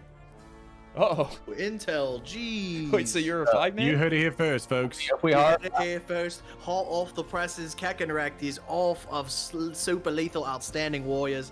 It's a tragic day. So it's like a quadruple entendre, though, because like a lot of us, like I'm kind of slow in the head, but we also might try to go slow and steady, just get to circuit 5 and then pump. So, I mean, we got some sweaties in there. Okay, I might have been fishing for 18 hours yesterday. But we actually have a strategy that if we could pull it off, it's going to be groundbreaking. But, we also... Are you down to leak? I'm not leaking it, bro. It is groundbreaking. Come on, we have the people here. Come on, give the people what they want. These people want the strats. Give it to them. The info is out there. You just got to find it, okay? That's all I'll say. I'm looking at, there's some big players in here, guys. Calyx was one of the 4 tanks in Road to Rag. I'm proud of all those tanks. I was a part of that tanking squad. None of our tanks died. Calyx is a gamer. You had 1, 2, 3, 4 people in on the rag kill. Yeah, it was With this insane. team. Wow. Blenderer wasn't one of the deaths. He was on Druid. He though, was one wasn't of the deaths. He was. Yep. He would never Well, forget. you know where to put this team. We know where to put this team. They make it to Circuit 5 and throw. Oh. What do you guys think? You guys think God tier or front runners? Front runners. I gotta say, Front Zidane. runners? He was one of 2 or the only one that soloed tribute hunter runs in Road to Rag as well. So that was really fun. This guy's sweaty, man. This group All right, is God sweaty. tier. God tier? Sweaty. Bottom of God tier, top of front runners. I'm down for either of those. It It's close. doesn't matter because, like you said, we're They gonna did just lose their mage today. Can we put them at top of front runners? we're gonna under whatever and overperform. You know, I can't even think of the word. Gordon's underselling himself, man. I can't Yeah, I even. think he's Gordon's too humble. underselling himself. All right, we'll put him at the front runners. And that felt good when you had it right there. That felt good. Yeah. That felt good. Okay. All right, look out for slow, guys. Next we have work in progress, another alliance team, full engineering, by the way. 5-man team, no wall team. I like. Yeah. I respect This the is fact. solid. It's solid. I like the comp. I don't know enough about anyone individually to be able to make a real call on these guys. That could be a good thing. All gas, no brakes. This is. I feel like most teams have had 2 heals. Paladin's putting all the weight on his back, but he is a paladin. He's got Bob, his own bubble. But they don't So I mean, as long as you control the aggro, Paladin's gonna have heals. Yeah. Yeah, so I think the whole group wisdom for himself. He auto attacks, like his auto attack is super strong in the first 2 or 3 circuits. Yeah, I think this is a very safe group. Like you're not gonna see some crazy strats, I think, from this. But this is like we're gonna get in there and we're gonna clear it. Like this is a comp that is we're trying to get a circuit 5, and like we're just gonna get through. And that's why I think they're gonna be a contender because I'm pretty sure they're betting, and this is how my team is betting. We're gonna bet that other people are gonna make mistakes through leveling, or they're going to try to push the envelope and make a mistake on overpulling. And we think just getting to the end is actually gonna be getting to first. So this comp looks like this is just D'd up on everything. Buffs, Yeah, I like it. safety, CC, control. I like it. Hell yeah. You've talked me into it. I was gonna go wild card, but the one of the reps is in the chat saying they're speedrunners too, so I think contenders is a good call. I like it. I like it. Good take, Showback. Jeez. Next The we have boys. the Balding Eagles. I almost want to analyze their tier, name next. more than their comp, to be honest. And look at their logo. Jeez. I'm talking the Like average. me in 3 years. Immediate wild card, right? Immediate wild card. Immediate wild card for me too. I think it's immediate wild card. Not even bro. gonna give him a chance, man. Immediate Don't wild judge a card. book by Bro. its cover. Come on. Well, it's not a bad thing to wear a wild card, no? Bro, they have You're on the RMP. highway and you're going 90 miles an hour. Wild card pops out of the back seat. I cut the brakes. I'm the wild card, so you never know. Dude, these guys are running RMP in vanilla. Like these guys are the absolute wild card. Okay, like They're running RMP in vanilla. it's literally like it's Warrior Pally and then RMP. This is broken, dude. These guys are. You don't know what to expect. This is our front runner wild card pick right here, man. Yeah, man. This is my favorite logo right here, by the way. Also, like I feel okay with this. Well, first of all, wild card's not a bad thing, and two, I feel okay laughing with them because they made themselves the Balding Eagles and made that logo, so there's no way they take themselves too seriously, you know? Oh man. Don't sleep on the wild cards for sure. I want to see Balding Eagles in Circuit 5, baby. Let's see them. Next, we have Hellfire Club. By the way, Hellfire Club, we just got an update live a moment ago. We saw 2 members from Hellfire Club fishing in Stone Talon for green gear. Right off the bat, these guys obviously know what it takes to win. They're sweaty. They're bedridden, unemployed. You're ready to game, man. These guys heard this $5,000 on the line. They said, hey, I'm here for the win. We have a full 6-man team. Again, no dedicated tank. They're going ally. They've got the pally that they need. What else do we see in this group comp? All And engine. they're gonna go Warlock tank is the big thing I see with these guys. Warlock Hunter tank. Yeah, why not? Why not? I really want to see, because I think that Warlock Hunter, I feel like these pet tanks shine whenever you're over leveled in some of these dungeons. Like in Circuit 1, the Hunter and Warlock pets will take literally no damage, and they hold threat so well, guys. Like whenever the pets are 1 or 2 levels higher than the elites, they perform extremely well. And so I don't know if their strategy changes in some of these circuits. By the end of BFD, the last boss will probably be 4 levels higher than you. And maybe the strat changes mid-circuit, but Hellfire Yeah, Club, that's what I was gonna say. Like once you get to the last dungeon in the circuit, when you're kind of just banking on these kind of alt tanks, it can kind of like bite them. But again, we're betting on the Druid tank that is going to be totally fine to be able to take something 3 or 4 levels higher. So we just got to kind of see how it plays out. But they're going to be buffed. I mean, there's plenty of buffs going around with this comp. Like everything's going to be meaty. I like it. Slight detour. I just got a biz cloak, boys. Let's go. Oh, Grats, Gordon. Grats, what did you get? What cloak? The web wing cloak in Stone Town, dude. I was AFK fishing and I almost died to the rare spawn. Getting biz on the podcast. Wait. You guys want to see this? Hang on. I told you I'm fishing all the time. We gotta go. Let's take a live look. See what's happening in Stone Town. 800 people know the timer. God. Oh, Jordan. Oh no. Look how many people are here. Speaking of Hellfire Club, this is one of their members, Skepo the Warlock. He's here for it, man. That's a strong beard. I think these guys are going to go far. He's seen a lot. I wish I could inspect him, but he's ally, man. Look at this guy. Skepo HFC. That's the face of a winner right there. Look at the knowledge on that gnome. True. Oh my god. Many, many years I've been a gnome. So, I mean, these guys, I almost want to put them in front runners. I've almost talked myself into it. I feel like they, or where would you guys, where would you I mean, the put fact that they're, it's really, if they weren't actively fishing currently, they'd be lower on the list, but. Yeah, 2 of their members have been fishing the last 24 hours, man. Solid team, man. It's a solid team. Where would you put them? You don't seem to like that pick, Les. And what do you guys think? End of front runners, top of contenders, or what do you think? I like end of front runners. End of front runners. I mean, okay. if they're fishing, contenders, you know. Contenders. All right. Well, then they're my top contender pick. Hellfire Club, ladies and gentlemen. No, I don't know. No, I feel like it's like, do these guys have any back history, right? Like, do we know? Have they been in Road to Rag? Do they have? We don't. You know, like if they don't have that prior knowledge, then we don't necessarily know what they've achieved before. Okay, they're fishing, they're trying, they're actually doing the things to require to get this. Okay, cool. Then we know they're another bracket. So if we don't have that prior history, I think they're a contender because we just don't know their limits, but they're doing what we're doing right now to prep. So that's why I think it's a contender. We need to know more about Hellfire Club. Good take. We need team interviews, man. To be determined, guys. Look out for Hellfire Club. Maybe we bring them on the next Around the Forge and learn more. Maybe. We'll put him at the top of contender. All right, next we have the Iron Forge Drunk Tank. Wild card. Similar to the Balding Eagles, we got an instant wildcard take from my man Les. Do you guys judge a book by cover again? The Drunk Tank, and I think these guys, I know this type of player. I join into raid. They're not there necessarily to pump. They're there to have a good time. They're there to have a drink. They're there to kick back. They just got done with the 9 to 5.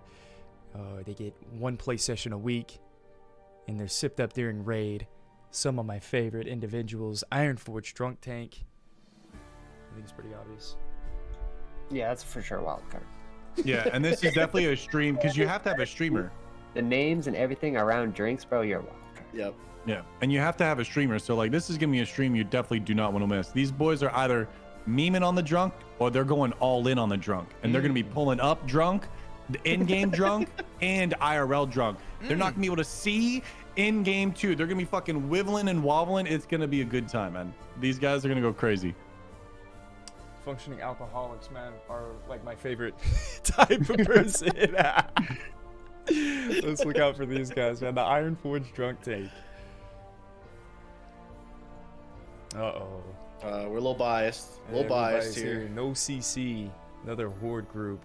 Let me try and give some insight to this. I tried to convince everyone to go Horde because I couldn't stand leveling ally. I swear, there's no strategy behind this. I think we're just a bunch of friends coming together playing our best classes.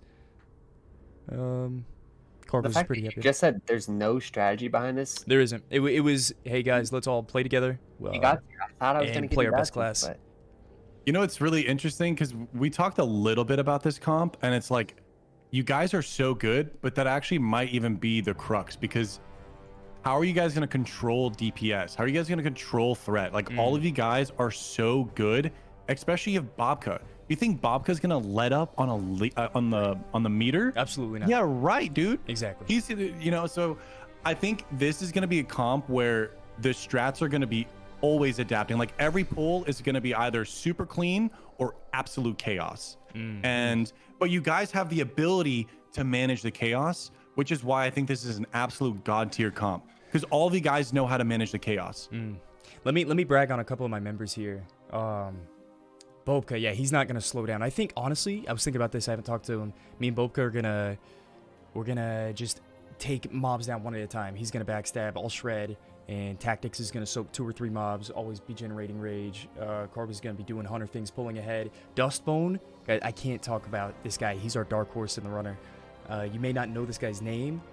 I've done like some TBC private server runs with this guy Dustbone, and sometimes you play with a healer and they leave an impact on you that I've never played with another healer like Dust. You just don't die whenever he's in your group, so I'm excited to see him on Shaman.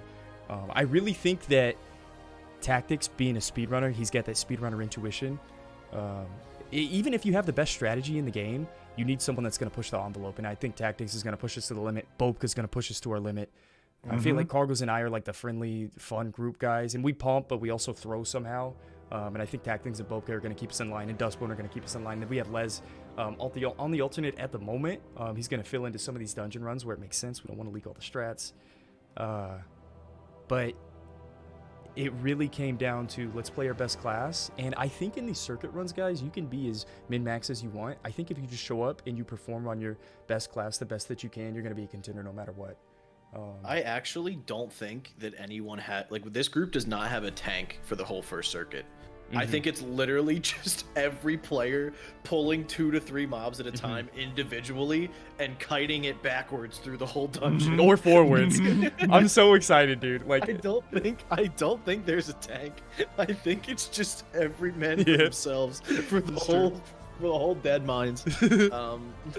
So I don't know. I mean the talent is there. I think if Bobka and Tactics weren't on this team, I'd be more afraid of how we're gonna pan out. But with Tactics and Bobka, I mean, Tactics himself just I think puts it god tier. Tactics isn't gonna let us lose. Tactics. That's what I'm saying. It'll eat him up alive if we lose. So as much as we'll get memed on, I do think the Tactics free agent signing put this team into god tier for me. World first Hogger death in Road to Rag though. But it wasn't world came first, back and got world first 6th. the 2-time world first. True. I don't know, man. I can't even put us at front runners. I feel like the addition of myself makes this team a wild card. It's tough. I think it's a wild card, but at the same time, like, I remember when Vanilla came out, that was a comp. Like, if you were a warrior or rogue, you literally just looked for a melee cleave and you just banked on Wind Fury. Like, once you guys get Wind Fury, that's what I'm saying. Your speed and runs is going to be unreal. Like, you're going to be flying through everything with just the amount of procs. Again, the aggro is going to be all over the place, but you guys have the ability to control it. That's why I think it's a god tier team, because when I was just literally hearing about the comp, I immediately adopted it. It just like clicked in my mind. Yes. Wind Fury, let's bank on this. And it didn't play out too well for us, but I think this team has a lot better, I would just say, like, a lot more fuller rounded players on it, and they know what they're doing, and I think it's going to be A or B, like at the top, or a wild card, like God or wild card. I like wild card. Yeah, I mean, no one thought me and Cargos were going to make it to 60 in our duo and Psalm, and you just want to be slept on. Luckily, you just want to prove everybody wrong. Luckily, we clutched it, man. Hey, Showback, you said that it didn't work out for you. Should we take a look at the Showback clip? This is, and look, this will happen. So like a really interesting thing that I learned about vanilla rating is there are quirky things, and literally the game has mechanics and you have to abide by them because they will punish you, and a random moment can happen like this. And this is why, again, we are banking on just completing it. I've never done a hardcore 60. None of my teammates have done a hardcore 60.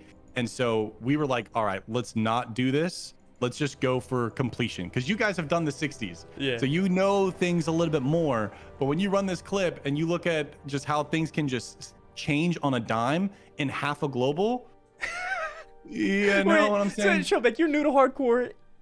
You're level 13. You're fighting Taragamon in a 4-man group, under-leveled. What do you... Dude. Listen, bro, we were trying to build up the group synergy, man. All right, we were 4-manning RFC. We're like, yo, let's kind of get this thing feeled out. And we were just like, yo, let's just send it and let's do it.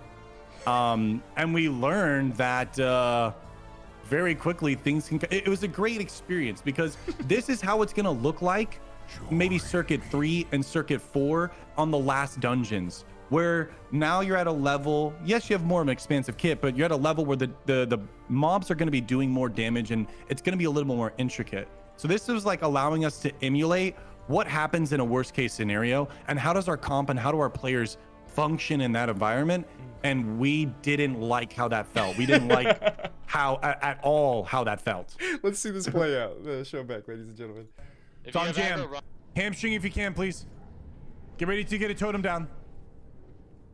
When's Nova? When's Nova? I don't have any timer right now. But I That's on me. I'm dead. I'm dead. You're not? Oh, you pulled aggro, I think. Oh Bro, God. double haste parry, man. Keep going. You keep can't going make in, it up. Keep going in.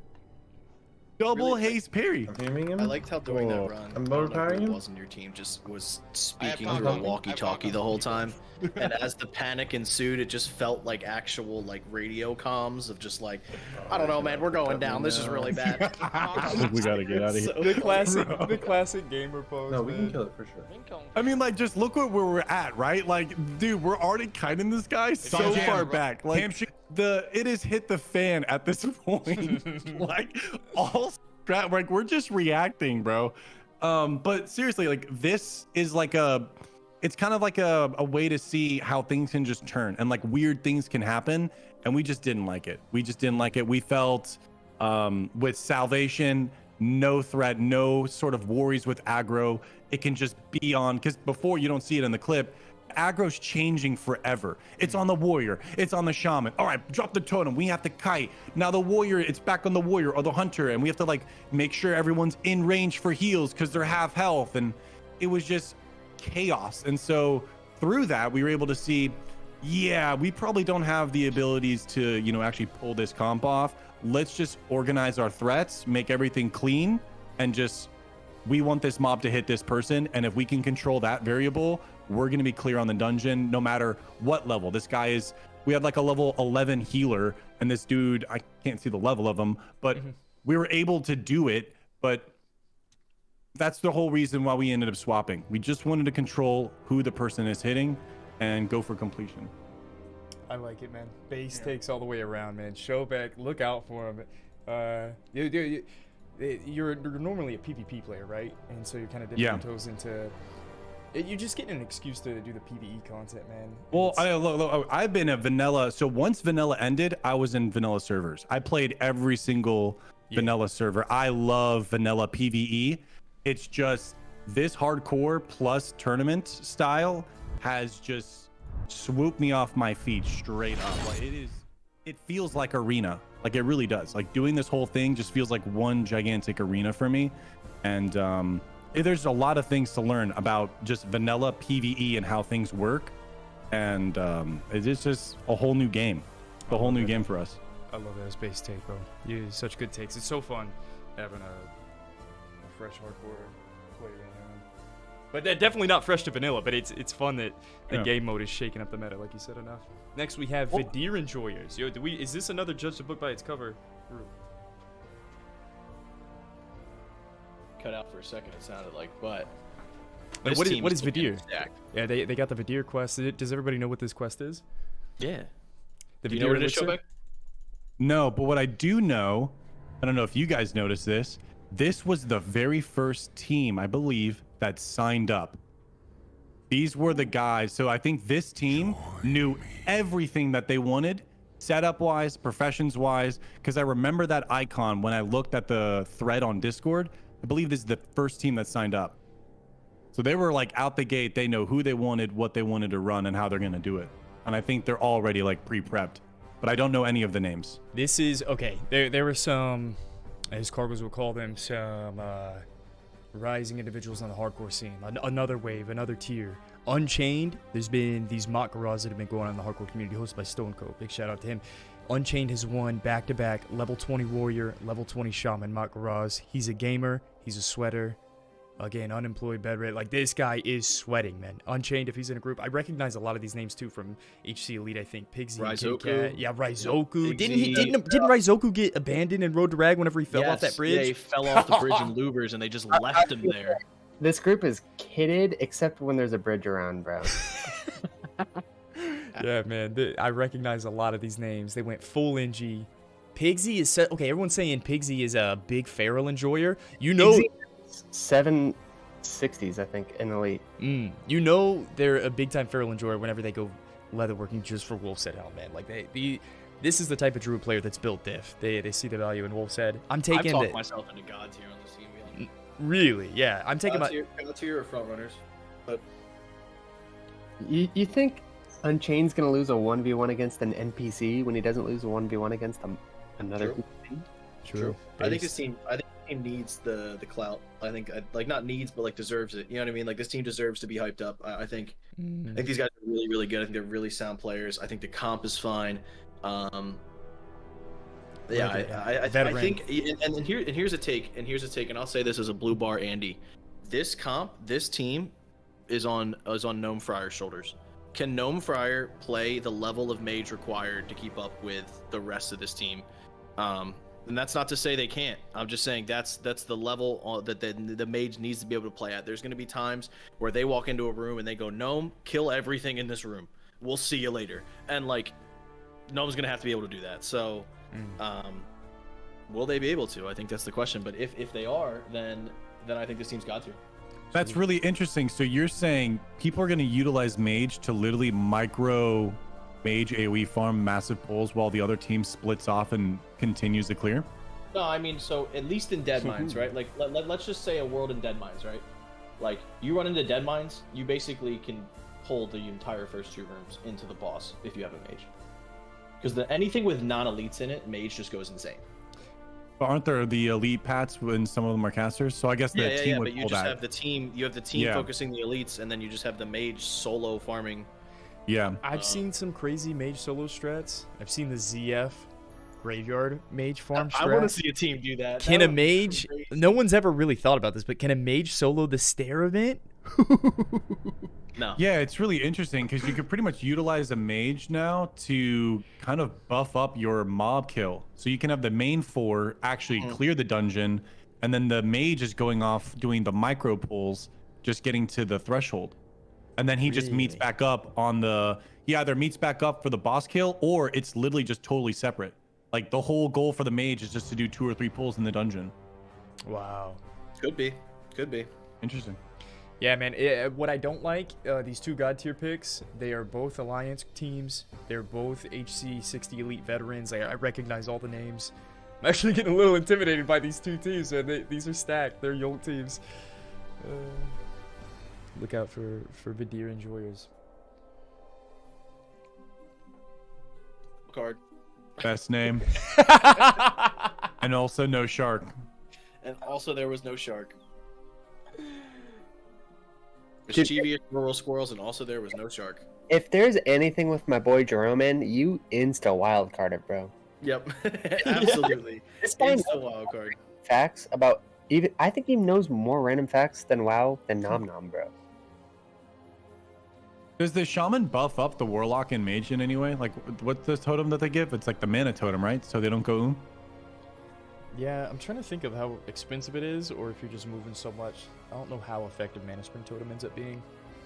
Because it literally is just the warrior, so it looks like they're trying to full spell cleave and then just buff up and beef up all the casters, so they have infinite mana, which means infinite control, infinite appeals, and this is like a pretty solid comp. Jerome's, I can't play it because I'm a rogue player, but this seems pretty solid. he's gonna be making guides live on like how to do hardcore All-Stars circuits and farm the most gold per hour while doing it. Like the guy he cranks out content, bro. Jerome, we will die to Ragnaros, man. I love the logo. I love the name. And there's also no shark. There's also no shark. And with that, Wild card. or we can, if we can get a live feed, see if anyone's are fishing. Oh, do we have one of these guys from Mischievous Squirrel? Should we take one more look inside Stone Tower? We'll catch them next time. Are they on NA or EU? They might be in A. They're NA, I think. Okay. Let's check the next team. Tarmusi and the Kitty Cat Trolls. Goated team logo, by the way. I really like the border. Seen a couple teams use this one. We've got a Horde team. Mages full in on tailoring right here. Flip mode. I'm trying to think. Do you recognize any of these flip mode? names? I know Link It. Yeah. Gold Solid, Tarmusi. I could see this team being top contenders, low front runners. I could see this team, maybe even. You know what?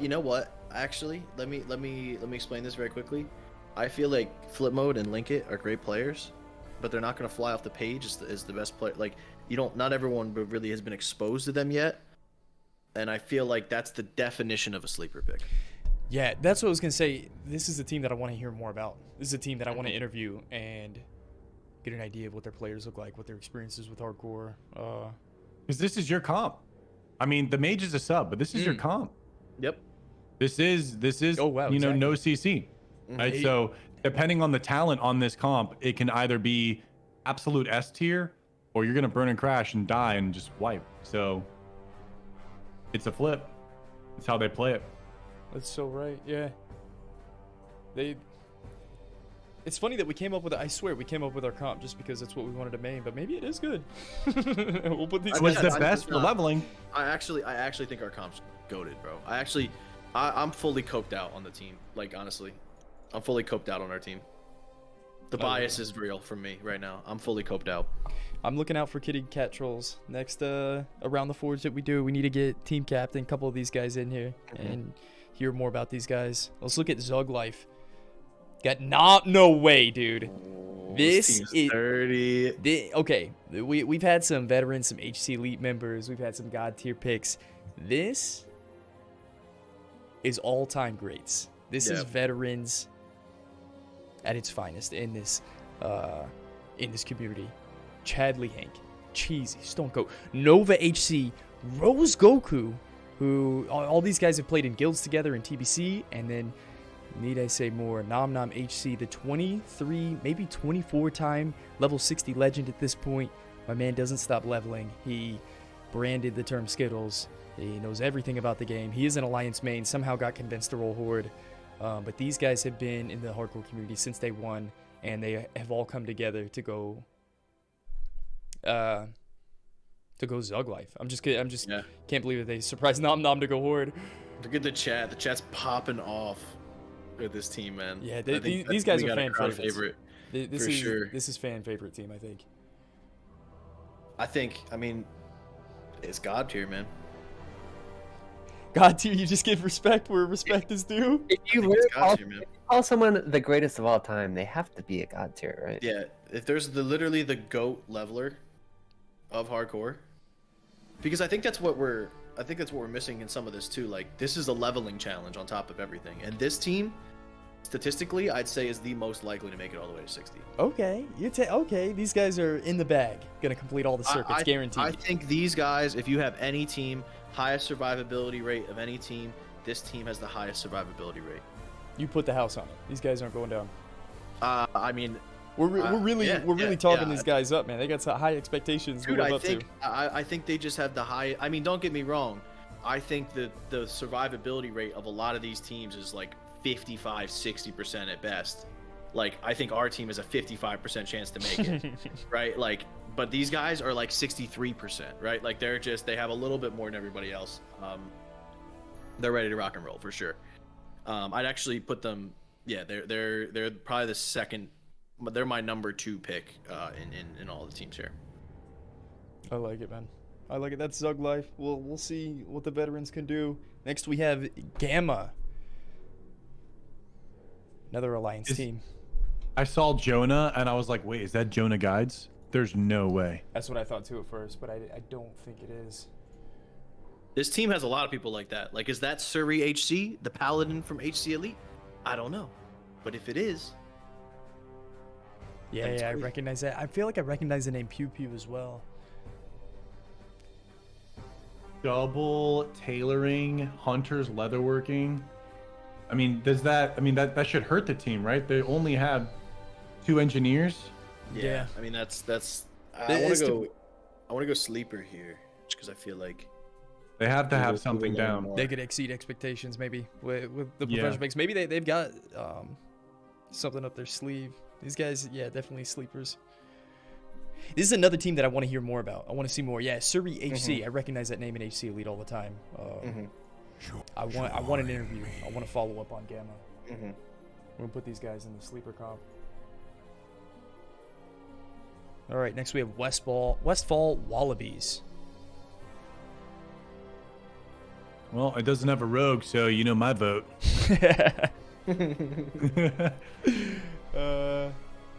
I think the warrior with alchemy. I mean, I guess that's a solid choice, right? It just gets more beefed up. True. This is like a hardcore spell cleave, right? Like you kind of count a hunter as a spell cleave, kind of maybe. You got your warlock mage priest. Yeah, maybe the warrior's a sit. Maybe the warrior's not even the tank. Imagine that druid goes boomkin with this group. Oh, jeez. He could. Gordon, you and I both know boomkins don't have any place, any role in these. Yeah, that's what I said. Imagine, but dude, someone needs to do it. Do they really not have a place? Because if they don't, someone like Grace, you need to, bro. I don't want to be that guy. Be the hero. Is this we feeling wild card or sleeper with these guys? It's a mixed bag on both. I'm kind of feeling. They look like they have their professions locked in properly, and I mean they're just like the meta classes across the board. I feel like these guys all know each other in real life. I feel like their logo in the bottom left is all what their in-game comparison would be. I feel like these guys might be sleepers. Okay. And if we circle back, guys, what is it? Alliance, no Paladin, Giga Chads. True. Has to be. This was the one group, or there was one horde group? There's another one. There's one other group that went Alliance without. All right, we're going to put these guys in sleeper. Westfall Wallabies, look out for these guys. The missing diplomats, the bad boys of hardcore, the spice. You love to see it. Edgy group right here. We got edgies.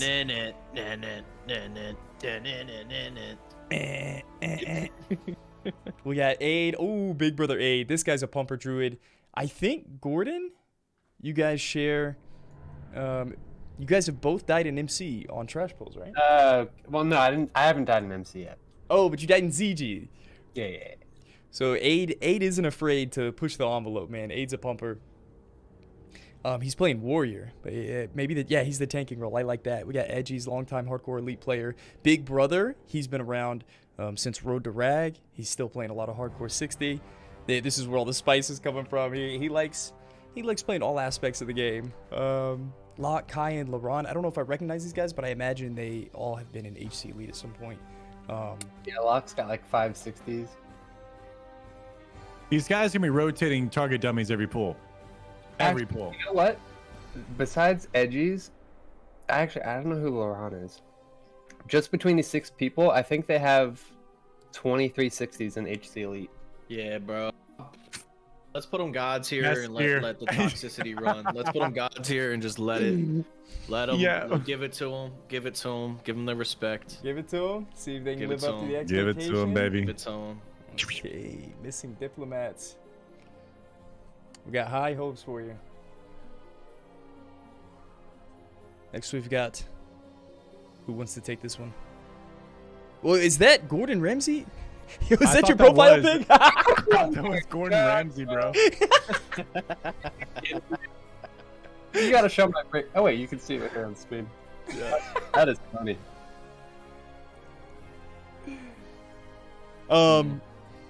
Yeah, I'm thrown off by Gordon, man. I can't say anything more. Like, you do me like that, bro. They've got death appeals on their mustache.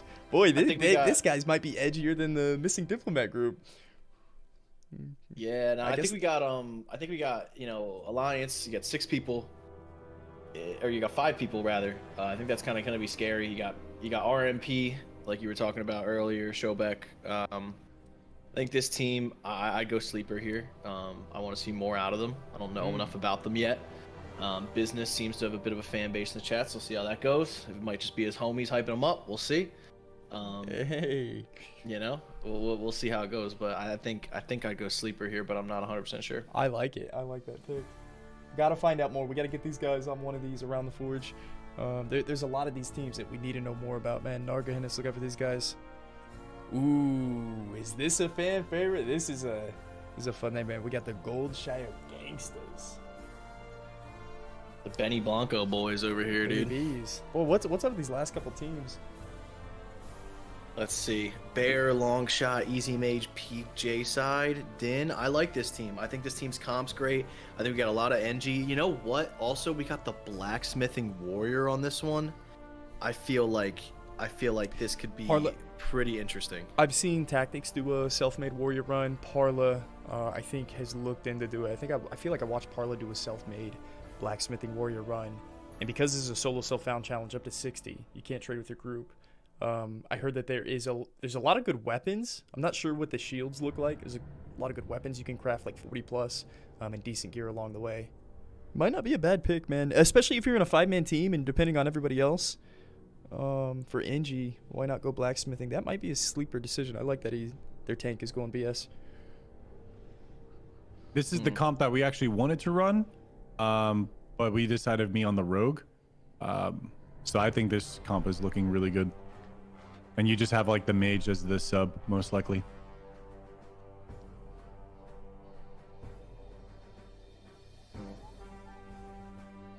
Oh, I like it. Where top of contenders are, or you know what? I feel like I don't know. Are we allowed to change anything right now?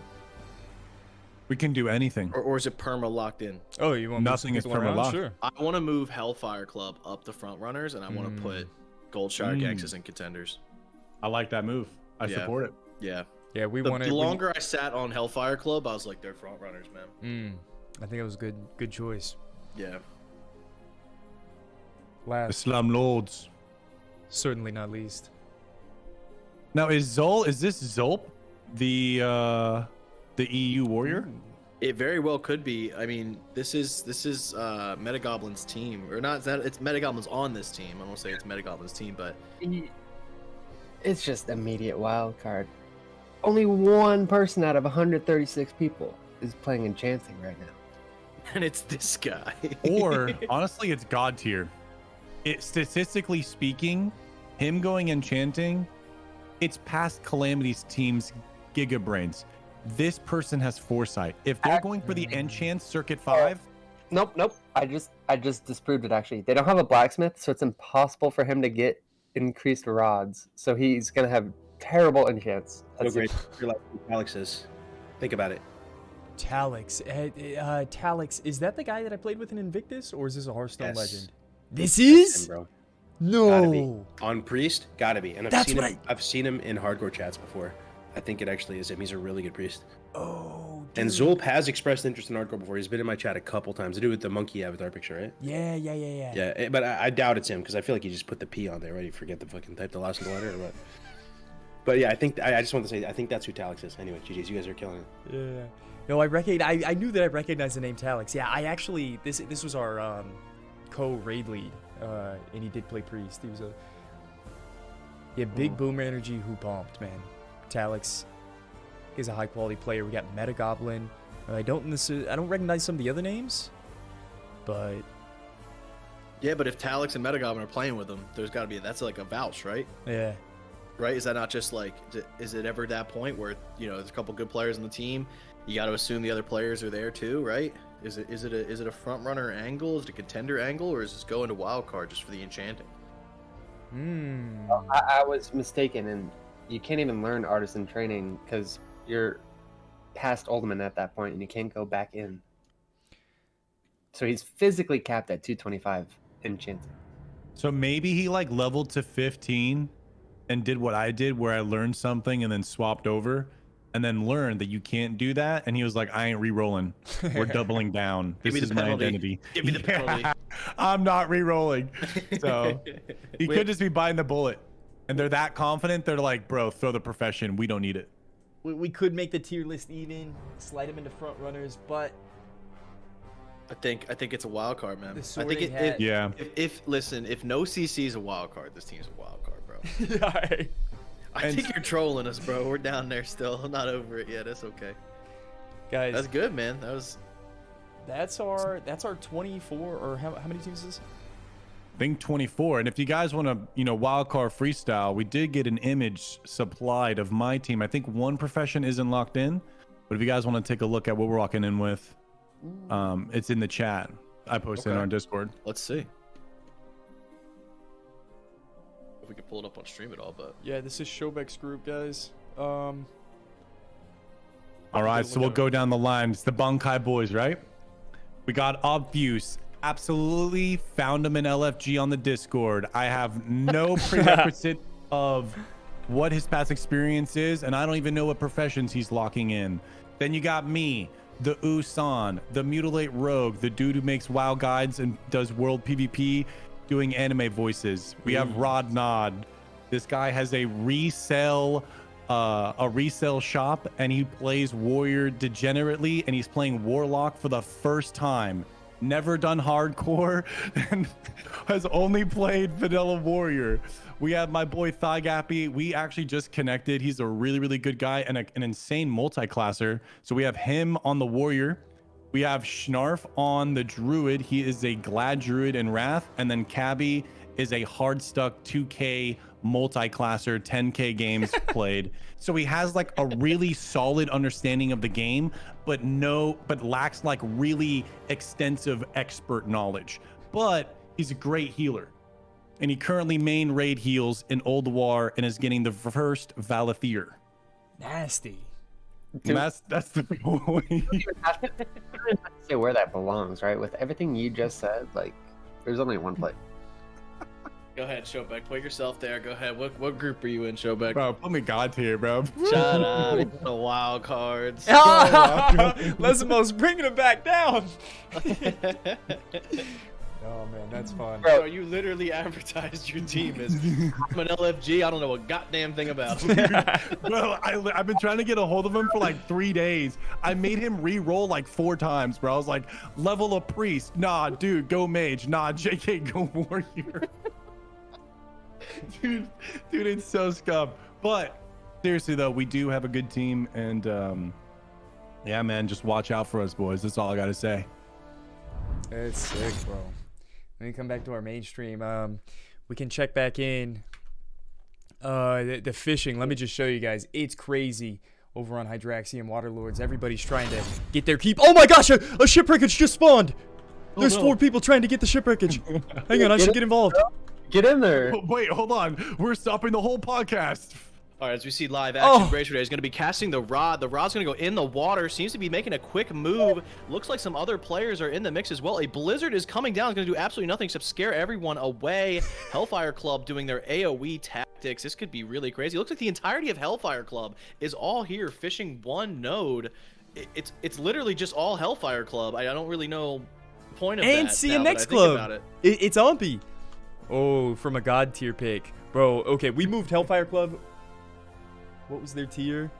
I think they were front runners. I almost we moved them into front runners. We just ruined this server. You guys rolled EU to like dodge griefers and like crazy, people like hogging up zones, and now you expose where to get the best stuff, and everyone's there now. Yeah, this is Hellfire Club, man. This is starting to be my favorite team. They're out here sweating, man. They're in the trenches. They're making it happen. Ompy, you need to get the hell out of here, dude. Stop fishing. Go do something else. Go level another alt. Go raid Oldwar. Quit getting gear, bro. Oh, man. Well, this was fun.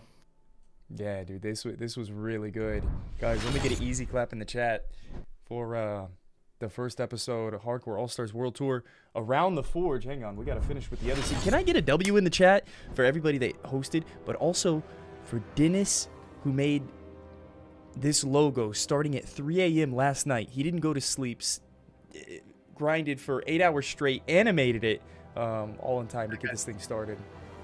Wow. Seriously. Ridiculous. Yo, and Gordon and Les, thanks for getting me involved with this. This was their original idea, putting together like a sports center, news outlet overview. Because like I said, there's so many times that like great moments in hardcore get overlooked because they're not in YouTube videos. They're just on live streams and no one really talks about them. And hopefully this podcast can highlight some of the great moments throughout this series and the future of hardcore. It's exciting, bro. And we got Showback. Please, man, hold it down. Let me get another clap in the chat for Showback coming here, man. You're a great caster. Like, bro, you got it. You got it. I'm excited. Thank you, man. I really appreciate the invite. Thank you, guys. That was mad fun. Yeah, any of you guys interested in checking out Showback, definitely go check him out on Twitch. The content is incredible. I know Team No CC has just been sitting in our channel, playing the game, watching him like just watching this man play the game and just giggling like children the whole time. It's so funny. So definitely go check out Showback. Gordon Ramsay as well. I'll stream eventually. So if you want to click on that as well. We got Lesmos in there too, man. I appreciate you guys allowing me to be here as well, man. It was awesome. Hell yeah. Hell yeah, guys. So what should people look forward to next? There's a dungeon circuit next week, right? Or this week? Tomorrow? No, it's next week. It's next week. So yeah, that's a great way to thank you, Gordon. That's another reason we're doing this, keeping everyone on their toes to make sure they know what's coming up next. We have the Circuit 1 is coming up next Saturday. Get the 22.5, get your team. The signups are still open and ready to go. So make sure you guys are ready to rock and roll next week. That is going to be hosted on Sarth's channel.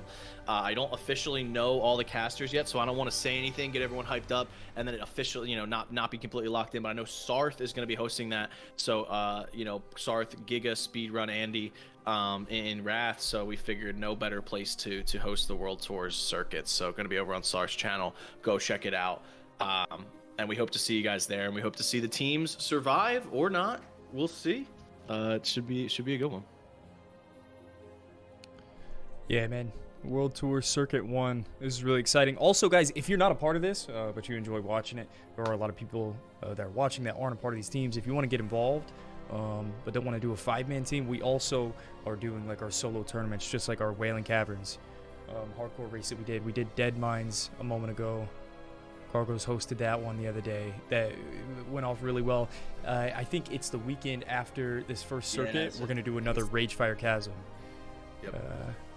If I can just jump in too, I think the World Tour, you don't even really have to look at it as like a very large investment.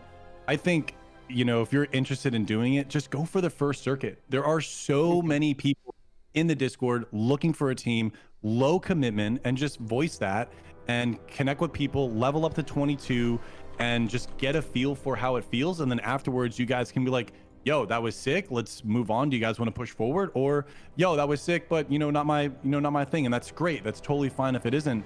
But at least you can kind of do that and not feel like, oh man, I need a team and go all the way to 60. By no means. You can totally find people that just want to get a taste of it. And you can level up to 20 in a weekend. So you have plenty of time. You're nowhere near behind. Yeah, these people are already, pissed out and whatnot. But guess what? You can do that in a day or two. Really. So you're totally not behind by any means, and you don't need to go all the way to have fun. You really don't. Based, man. Yo, base Showback, bro. You had some great base takes today, dog. Host on the show, bro. Yeah, it was really fun having you. I think we're all. Yeah, you're my favorite host now, brother. You show up every week. Appreciate it, man. No.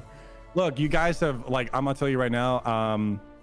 Being a streamer, I was really struggling with Wrath and just kind of my enjoyment with WoW, but I love WoW, so there wasn't anything really giving me that excitement to play. And when Bobka pushed me to do the Dead Mines and in the blind draft, making it the speed leveling, trying to make it to the cutoff, being one of the highest levels there, it swooped me, man. That's so you guys really got me back into that love and joy for the game. And I just want to like share that to people because that's what it's about, right? Like we all want to, you know, play WoW. We love WoW, and we're all looking for that race and rush again. And this has given me that, and I'm trying to share that to people. Bro, that's super cool, bro. It's so fun. We say it all the time that it's part of the reason why we want hardcore servers, dog, just because it gives people a reason to play vanilla. Everybody wants to play the game. They all want a reason to play it, and it's cool hearing you say that, and everyone's just enjoying vanilla WoW, man. Hopefully we get it fresh soon, but not too soon. Yeah, not too soon. Let's do the world tour. Let's have do the world tour. 12 weeks, Blizz. 12 weeks. Yeah. It was 12 weeks. That's sick, man. I think we're gonna wrap it up there, guys. Again, let me get a round of easy claps in the chat, some W's for everybody here. There's so many people involved as well. If you think I'm not the person that put this together, we were all in Discord last night till 3 a.m. Put this together on a whim. Dennis, like I said, drawing the art assets. Carlos being the creative mind. Gordon and Les hosting everything today. Showback showing up, dog, and so many other people only running the whole event. Seriously, pat yourself on the back, everybody. Thanks for being here. It's a community effort. Yeah, man. Yeah. Are you staying live, Grayson? I think I'm gonna send it over. Are one of you guys going live? I should raid you guys. I'm going to work. I'm 20 minutes late. Is Showback going live? I can go live right after. Yeah, I planned on it. Okay, yeah, bro. If you want to do it, you want to hit the go live, but we'll throw it over to Showback, bro. I gotta work. Bye. Love you all. Yo, thank you, Gordon. Later, brother. Yeah, also Les, thank you, man. So sick. Yeah, no problem. Like I said, thanks for having me on here because I know it was your guys' idea. This was super fun. Can't wait to see what comes out of the next couple episodes. Man. Wouldn't want to have it any other way, dude. Yeah, and thanks again too for me. I mean, I just jumped in here and you guys invited, and then just extending that was it was really nice. So I really appreciate that. It meant 100%. A lot. Oh yeah, bro. That's awesome.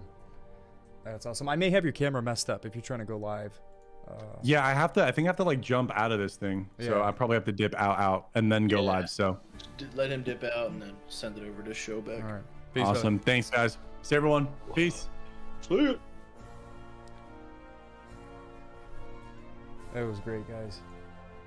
What a time. What a time to be alive. Everyone go be nice to Showback. Let him know we love him. Let him know that the hardcore community is his home now, whether he knows it or not. That was such a fun episode, bro. Man, look at this logo. Holy cow, how does he do it? Ladies and gentlemen, Dennis, fucking legend, dog. Threw this together in like 8 hours, man. Didn't sleep last night just to get it done in time. No. I don't think everyone understands like the actual context. Like, we get a message at 3 a.m. of Dennis's local time saying, yo, if y'all need a logo, I just finished up my work. I got you. At 3 a.m. his time, I just popped a coffee. I'm going. And then he worked for like 9 hours straight to make this one. Yeah, we're lucky, man. Oh, man. We are lucky. Oh my god. All right.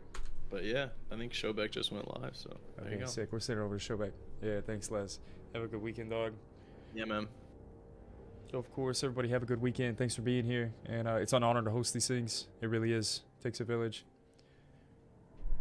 We'll post it on YouTube. It should be there right now. We'll throw a thumbnail on it. Maybe cut some clips up of it. And hopefully we'll do a couple more episodes before the first circuit.